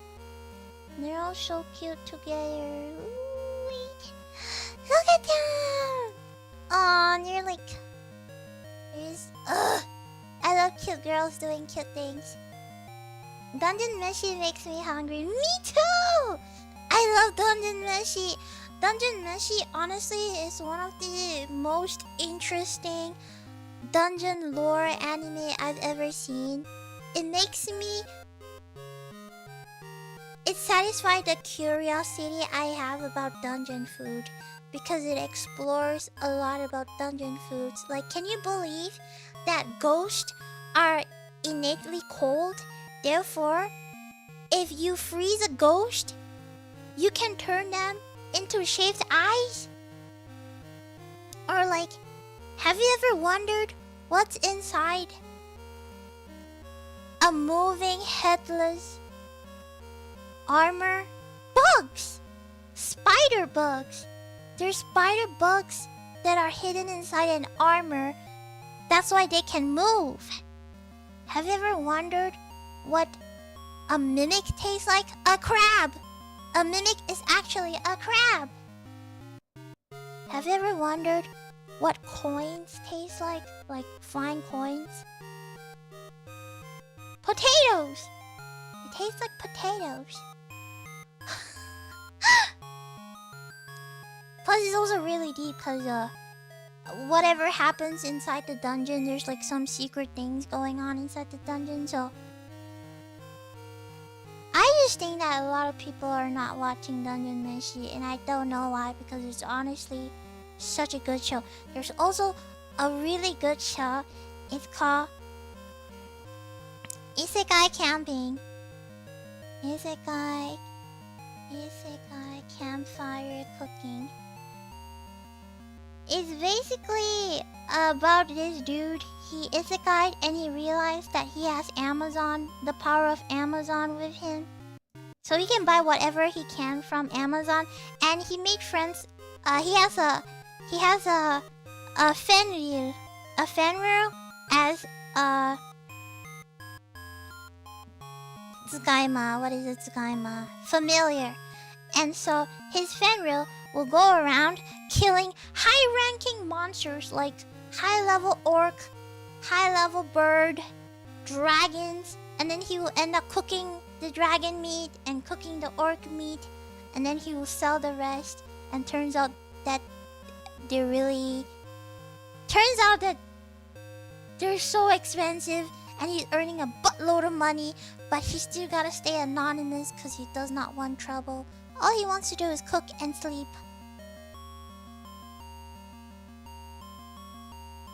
Cook and sleep. And oh my god, why did he not show any screenshot of his cooking?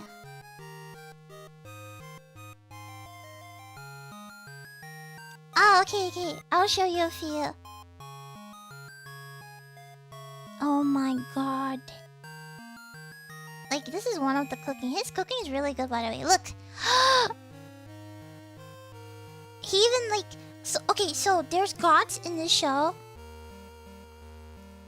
There's gods in this series, and each god will bless different animals. So basically, he bribed one of the gods because they're like, hey, I'm a wind god.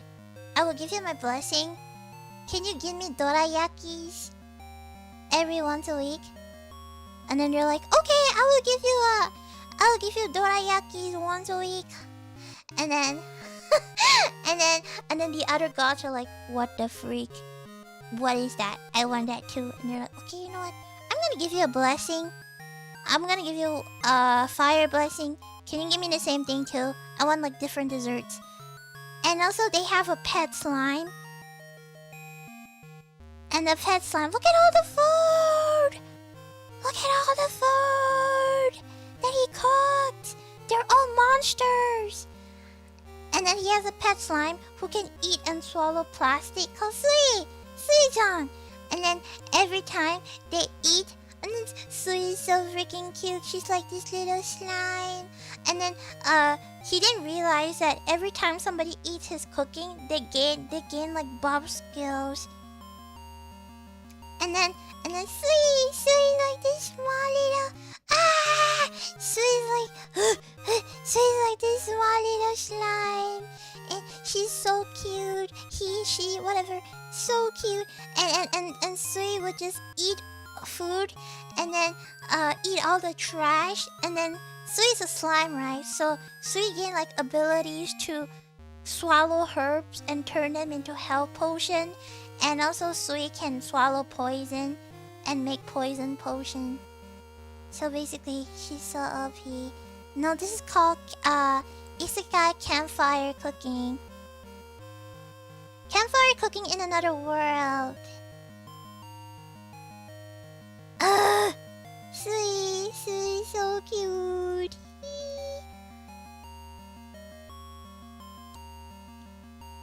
Dungeon Meshi is different. Dungeon Meshi food. Food.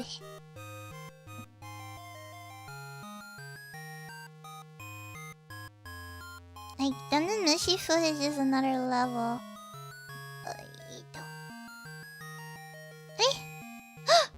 Oh, it's in the 5th. Like, Dungeon Meshi, like...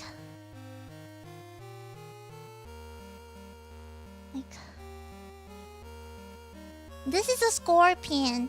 They cooked this giant scorpion into a meal, and then there was an episode where they met Ghost, and then he decided that maybe he can freeze the ghost and then turn the ghost into a sorbet. And also these gems are actually jelly. They're like fake monster pretending to be gems so that people can take them. So they're like fake coins. And then there's like bugs. They're called treasure insects. Treasure bugs. They look like treasure and coins, but they're actually bugs. And so, like, these are bugs, by the way. And then they deep fried it because it's yummy. And then these are also bugs. And this is like the ghost. And then this is like a random bread. And so each episode is just them eating weird dungeon creatures. Don't want to spoil too much because really, really yummy food. Yeah, recommended. I love like cooking shows and food. Also great plot too. They're like a group of silly people doing silly things. Recommended. And then we have next up I would say is a really calming show. Basically Zatsutabi. Just like a name.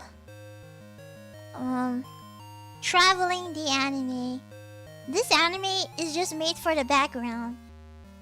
Each episode, the story is about this girl. She decided to travel to new places, but she let her social media followers decide where she should go. Kind of reminds me of Kin no Tabi, which is another anime about a 15-year-old who decided to ride a motorbike to wander through the world. Kind of same thing, but the places that they go is real places, like from Japan. Like they went to Hiroshima, and then they went to like Kyoto, and they went to like Honshu Island, and you get to see just the background of... You watch this show for the sceneries of Japan. So it's a cute girl traveling to many pretty places in Japan. It's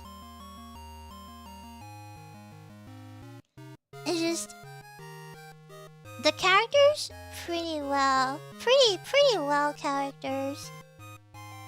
It's just a really nice anime about like friendship, going through adventure, and meeting new friends, and just discovering how pretty Japan is. Characters goated, location goated too. This is basically the anime of I'm gonna travel, but I'm gonna let my social media let me go where I wanna go, and they're pretty amazing places. If you like, I feel like if you're a fan of Yuru Camp, like realistic Japanese places, you'll like this show. Yeah, it's all in Japan. Really nice show. Yippee! Should definitely watch. She just goes around, meet new friends, meet traveling, meet different people. It's just a really nice show. And then next up we have Black Butler. Black Butler, yeehaw. How do I say this? Black Butler is truly for its fan. I love Black Butler since the first season it came out.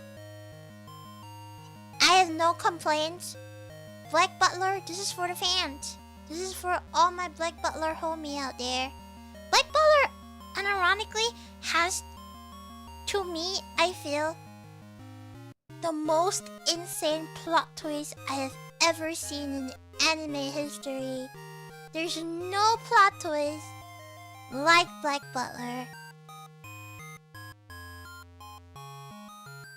I like can't even... Do you guys want spoilers? I feel like a lot of you guys watched Black Butler when it was still earlier on, and then stopped watching it after a while and could never get back into it. Do you know that Seal has a twin? He's not actually the real heir. He's not actually the real Seal Fandom Hive. He has a twin. They're twins. What? I know. They're twins. He's not actually the real Seal. So the other Seal came in the story and is like, oh my god. Yeah, yeah, man, I know. I know he has a twin. It's insane. Literally, this is why I said this is like the most insane cliffhanger plot twist I've ever seen in anime history. Literally, he has a twin. He's not the real Seal. He's the fake Seal. And so the real Seal came back. It was like, yeah. To me, I think Black Butler is one of the most like special series. Sure, it does not have like a really wide mass appeal, but Black Butler's fanbase is really loyal. So like, at its peak, I love Black Butler. No complaints. It's really peak. I love the show. Victorian, mystery, demons, butlers. Also, Sebastian is one hell of a butler. I like the show, man. Just can't believe he has a twin. Ugh. Next up. Okay. Catch me at ballpark. Do you like baseball? If you like baseball, you will like this show. Do you like people making beers at baseball? Do you like to have beer at your baseball park? This is literally the story about... The main focus is these two girls, the guy and the girl. The girl's a little bit teasing. She's like teasing him. She's like, she's a gyaru. Yeah, she's a gyaru, by the way, if it triggers your wanna watch this show. She's a gyaru. She sells ice cold beer. And she likes to flirt with Murata, the guy. So the whole story is just them flirting with each other, with another guys, with a group of people selling beers at a baseball place. Yeah, this is a gyaru selling beer at a baseball park. And this is a pretty nice storytelling show, by the way. All of the characters are really funny, and it's a comedy basically. It's just a slice of life show. It's not your typical sports anime because it's like overlapping of slice of life with sports. It's a overlapping of slice of life with sports and a little bit of a teasing romance like Nagatoro and a gyaru selling beer at a ballpark. Baseball the anime. Recommend. Kind of funny. Enough said. Yeah, it's a slice of life comedy with a little bit of baseball and a really hot gyaru selling beer. You like gyarus? You like beer? You like baseball? You like slice of life? This is for you. I love beer and hot women. The anime.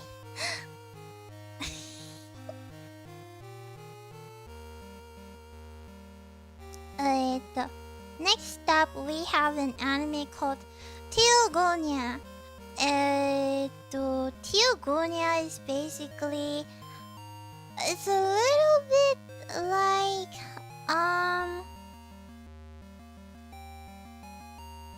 It's isekai, but not really isekai. Because... it's isekai, but the guy didn't realize he isekai'd. So, do we call it isekai or do we call it Alzheimer's the isekai? Basically, there's 5 species of demi-humans fighting against each other. And so, the main character is this kid.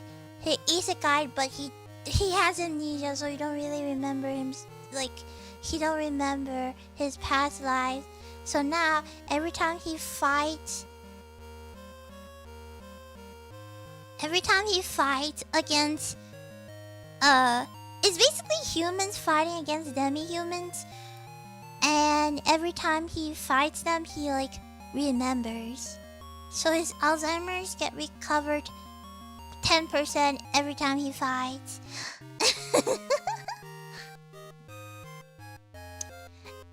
And these demi-humans, they kind of eat each other's spirit to gain power. To me, I find this a pretty interesting isekai, because the main character don't even know he isekai.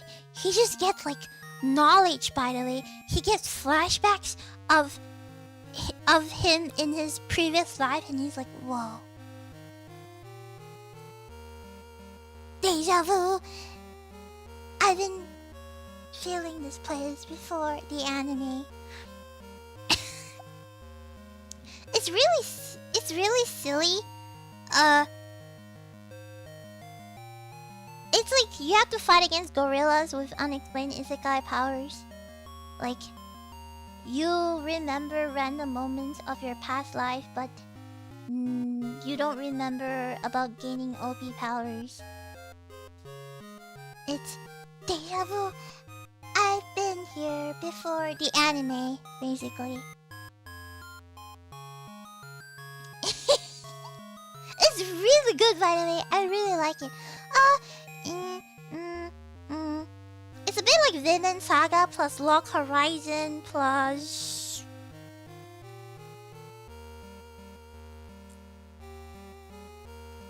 Bookworm, because bookworm knowledge equals to power. Same thing here. The more knowledge he gains of his past life, the better he becomes. So it's like a bookworm plus Vinland Saga because war plus Lock Horizon because knowledge equals to power.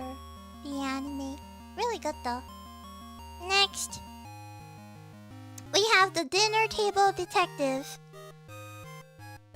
This is the stupid anime.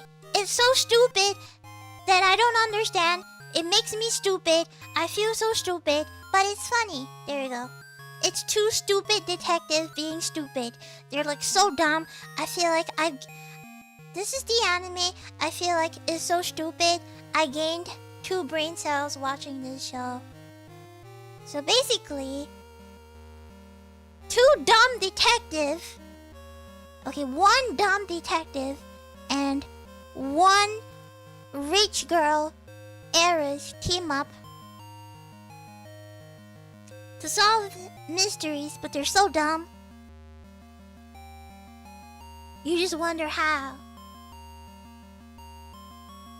Like, they're so dumb. And they believe they're so smart. And every time somebody... So they're so dumb to the point that a random guy would explain and solve the entire mystery, and then he'll go, "That's what I was thinking." Oh my god. You can gain brain cells from watching this show. That's how peak it is. So it's something that you turn off your brain because it's so funny. Like if you're like really into the mysteries in this, honestly isn't that deep. It's like pretty funny. You don't really watch this to like solve the mystery. You kind of watch this to turn your brain off and gain brain cells. Next up we have Guilty Gears, which is basically, if you like Guilty Gear, you will like this anime. If you don't play Guilty Gear, don't bother, because it's so overwhelming.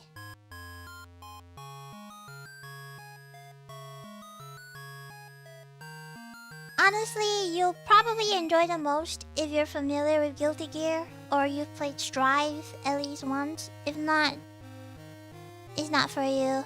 The character development, not really there. The character conflicts, not really there. Cool fights, yes. Plot, no.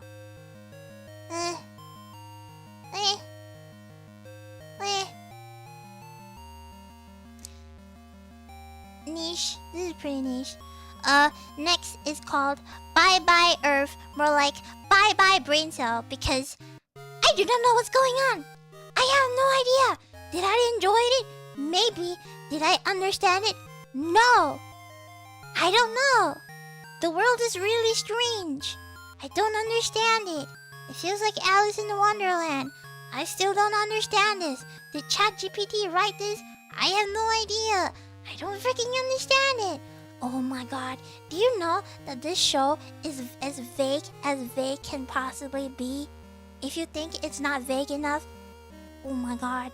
It's vaguer than vague itself. This is Vague, the anime. I don't understand it. I think ChatGPT wrote this. I don't understand this. Bye bye, brain cell. Oh my god.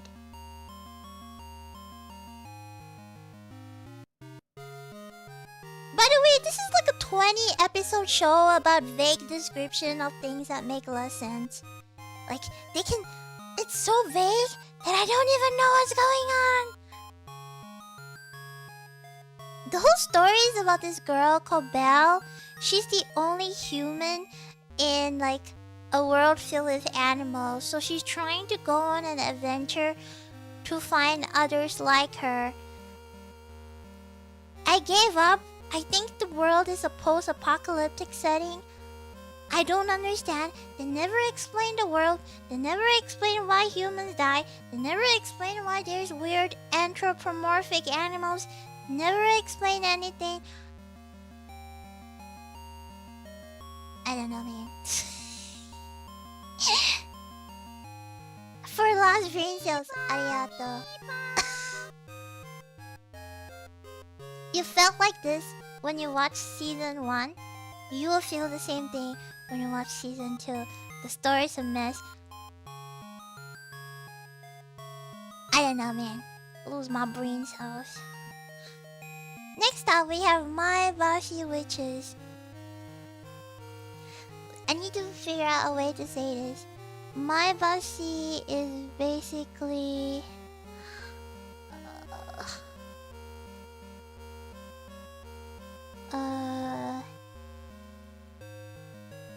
idol show. Do you like idols? You get idols. I feel like this show is really niche because this show is targeted for experienced idol watchers. Cause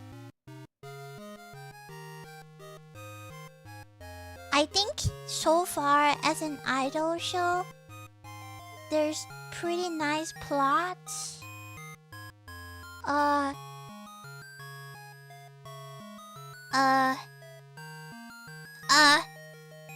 This is Madoka Magica, except Kyubey is a frog. A magical frog dragging high school girls into a whole witch idol gig. The anime. It's pretty good though, not gonna lie. Pretty good though. Don't know how to explain. It's like dancing magical idols, but they're witches. It's pretty good though. It's kind of like they have to deal with themselves emotionally. They each have their own emotional turmoil that they have to get through. So each episode kind of deals with them, and then at the final episode, they all came together and just sing together and just, you know, like kind of grow up. It was like pretty nice. The art is really nice. The singing is really nice. And the characters are pretty laid out. And good show. Good show. Yep. Next up we have Mononoke Lecture Locks of Chuzenji. This is basically a really wholesome show about post-war Japan. This is a feel-good, comfy show about a post-war Japan. Slice of life, not really mystery. It's a mystery series, but you don't focus much on the mystery. You focus much on the character, cause the main character, he's like deadpan, no emotions.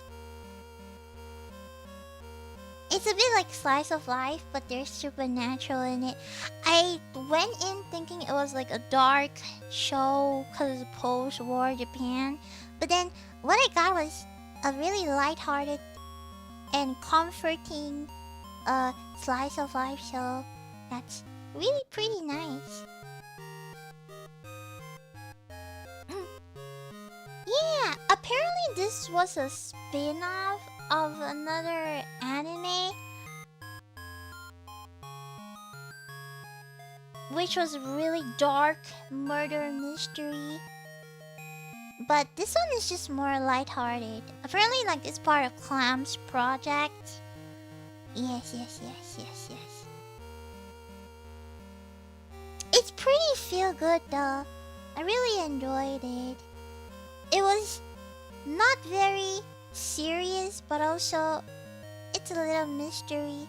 The story is just Chuzenzi Sensei and Kana, the two of them, they work together to solve history in post-war Japan. So if you like these kind of stuff, this is just nice for you. It's not very serious.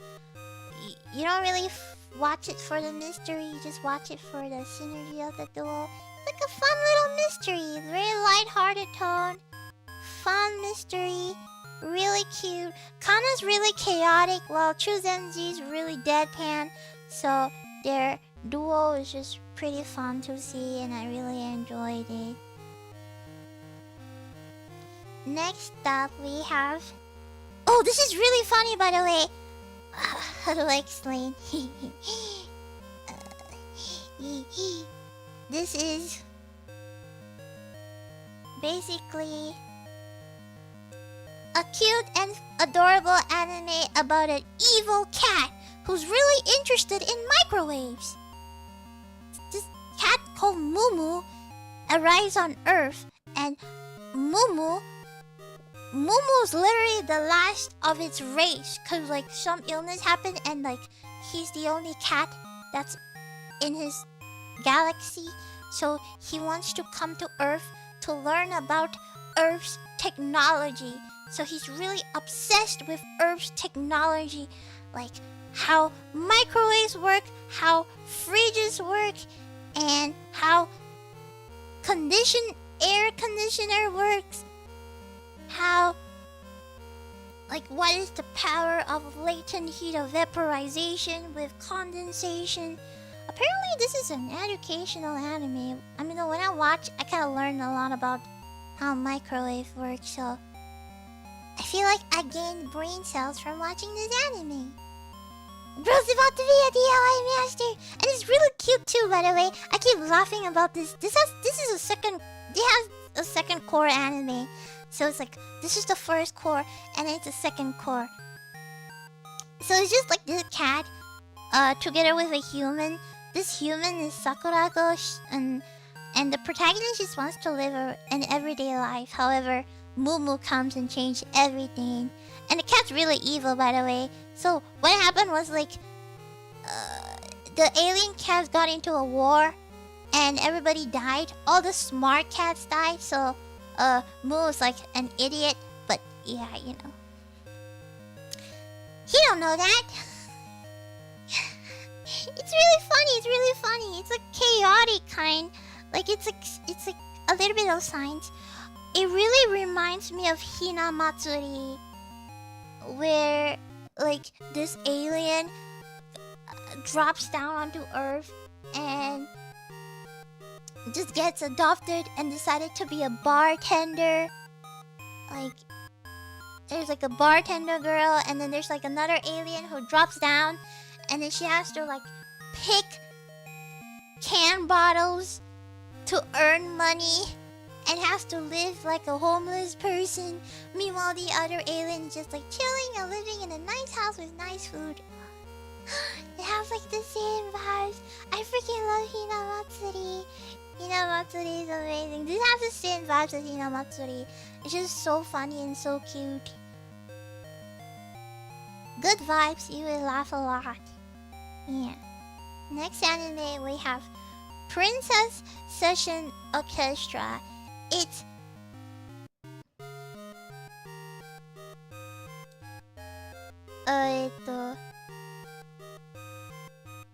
this is if Precure and Simple Gear had a baby, magical girl anime. It's a pretty nice magical girl anime. It's like silly and lighthearted and magically like Precure, magical girl, but then their fight scene is like really good too. But it's also just like your usual, every time they fight a villain, you're like, I'll be back someday. and then the next day they fight another villain. They're like, I'll be back again. Same thing. But I would put this as niche because it's kind of like if you like magical girls, this show, then you'll like this. Next up is Compass. This is a gacha game made into an anime.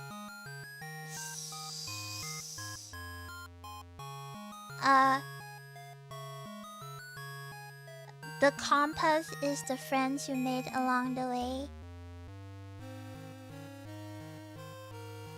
Basically, it's just about like in space, there are heroes who are gathered from many different worlds and they come together essentially to battle each other. And you have to find somebody to fight. So this guy, his name is Jin, he just arrived and he is interested to have a partner. Meanwhile, the partner, he refuses to have refuses to fight, don't want to fight. So now the two of them has to team up together to bring world peace. I watched this show. I think it's pretty funny, cyberpunk aesthetic.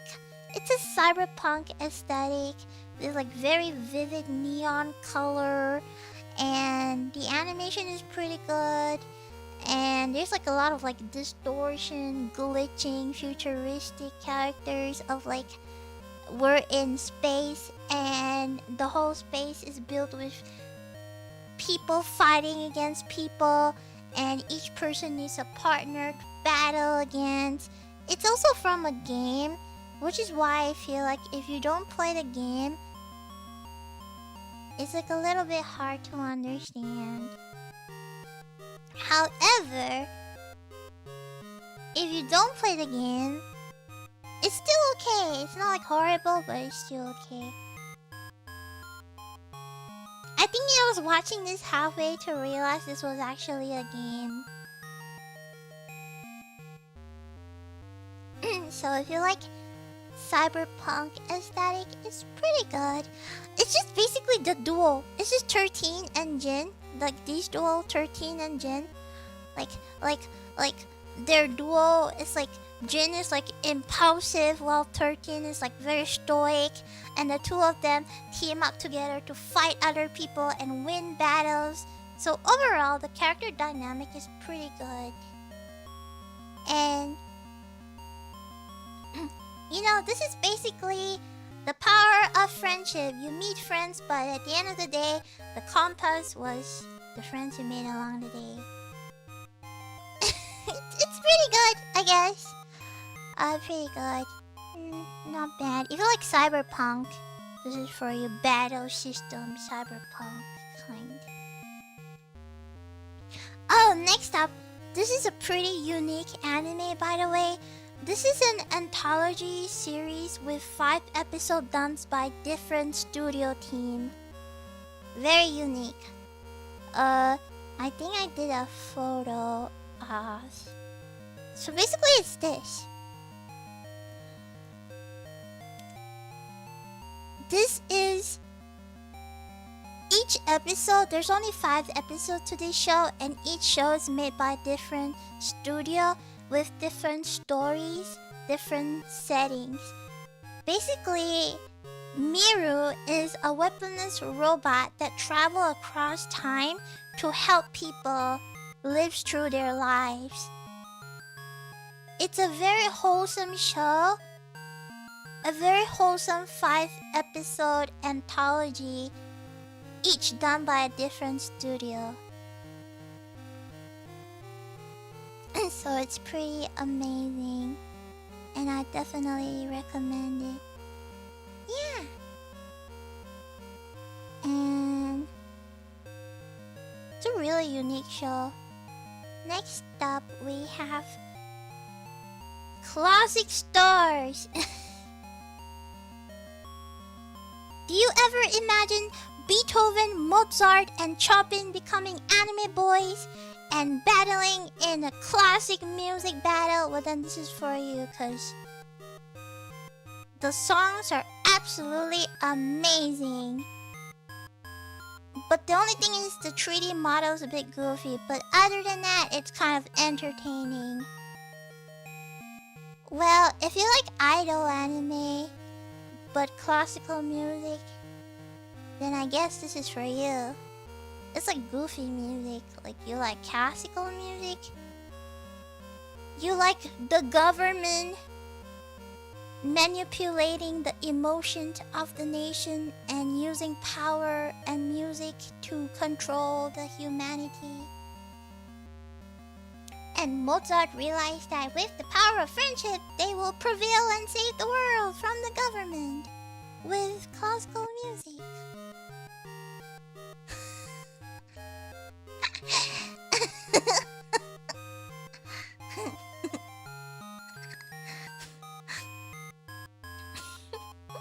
I know this is kind of an eccentric show, but it's really funny though. I mean, honestly, you just watch this show. It's like, you just watch this show and turn off your brain. You don't really. I just think it's funny because you're like Mozart, Beethoven, and Chopin, and like a bunch of other classical music people fighting against the government. Next up is Hana Doll. This is an idol show. That's all I can say. If you don't like idols, you don't really... Also, I can't find this anime. I had to watch this anime on Nico Nico Doga. I think that says a lot. So, this is for the idol fans. Yubi! Next up, we have Himitsu no Aipri.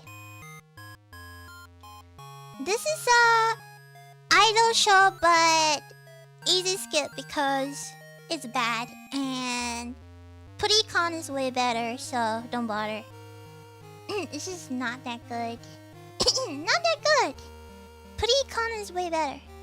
Not that good. Next. Wait, I think I skipped a few. No! There is an anime I skipped. It's called Oshiri Tantei. It's just like this short anime about a butt detective that's really popular in Japan. But okay. Next up is a short anime. It's called oh yeah, Oshiri Tantei is not here, but Oshiri Tantei is very popular, by the way. It's a kid show.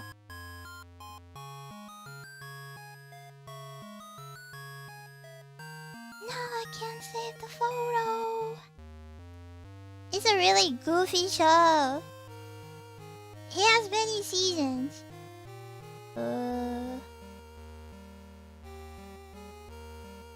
Oshiri Tantei. He is a detective, but he looks like a butthole.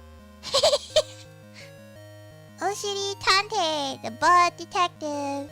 He goes around solving crimes, but he's a butthole. Butthole the anime. It's also a really short anime. It's a kid show, by the way. Anyways, the next show I want to talk about is called Yandere Dark Elf. Basically, do you like Yandere Elf girls? Then this is for you, because this is... Do you like Yandere Dark Elves who's a little bit schizophrenic and is severely obsessed with you? Then this is the show for you, cause it's really good. I really love how yandere she is, and it's a really sweet comedy, cause they actually got together, and apparently this is based on a hentai doujinshi. That the hentai doujinshi was so well made that they had to turn it into a wholesome anime. Yeah, basically that. It was really cute. It's really short. Like 10 minutes? 10 minutes? Really short. Very funny. I did not expect a funny little show. Yeah, it's just about a schizophrenic dark elf. Yeah.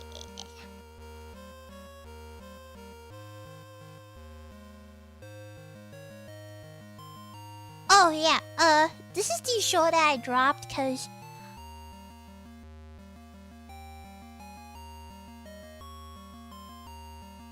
I just think the main character is really lame and whiny. Like, not really. There's no progression, you know? I feel like I'm not getting anywhere. This is just like this is for the gooners. The gooner anime, basically. The guy's just so lame. And then the doll, the robot, she has a really nice personality. She's super charismatic, and that's it. Honestly, if I have to choose, the yandere elf is way better. It's just, I think because it's a short anime, which means it's like only like... It's 12 minutes per episode. There's only 12 episodes. So there's that. It's just, I don't know, it's just Gooner the anime, I guess. And lastly, we have Everyday Host, which is I've watched this show entirely on TikTok, by the way. It's just a set of shorts about a group of people living their life in Shinjuku. And yeah. So just like a cute show, and well, there you go. That's how many? 52? That's 52 anime for spring! Oh, 51? Okay, 51. What the freak, 51? But my slides say 52. Anyways. That's over 50 anime this season! Pretty much a lot of anime. Normally a season will go 40. 40 is like max. 42. But this season has like over 50. Plus, really good shows. Very less. Honestly, I'm really surprised. This season focused more on is slice of life, EHK, wholesome feel-good shows. There's very less action, very less fighting, very less isekai, more on wholesome. Which, not complaining, I love my wholesome slice of life shows. I guess this is spring anime, the chill anime of the season. Only chill, only wholesome and chill for the summer.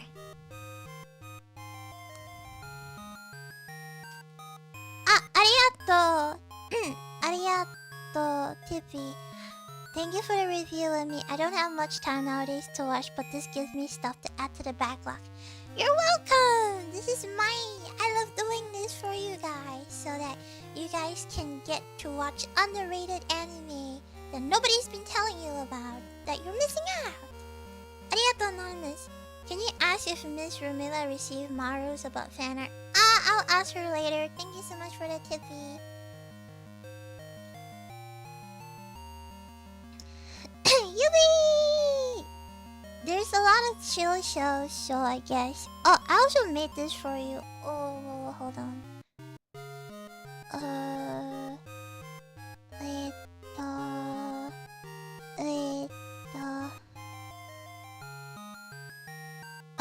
Wait, hold on. Let me just...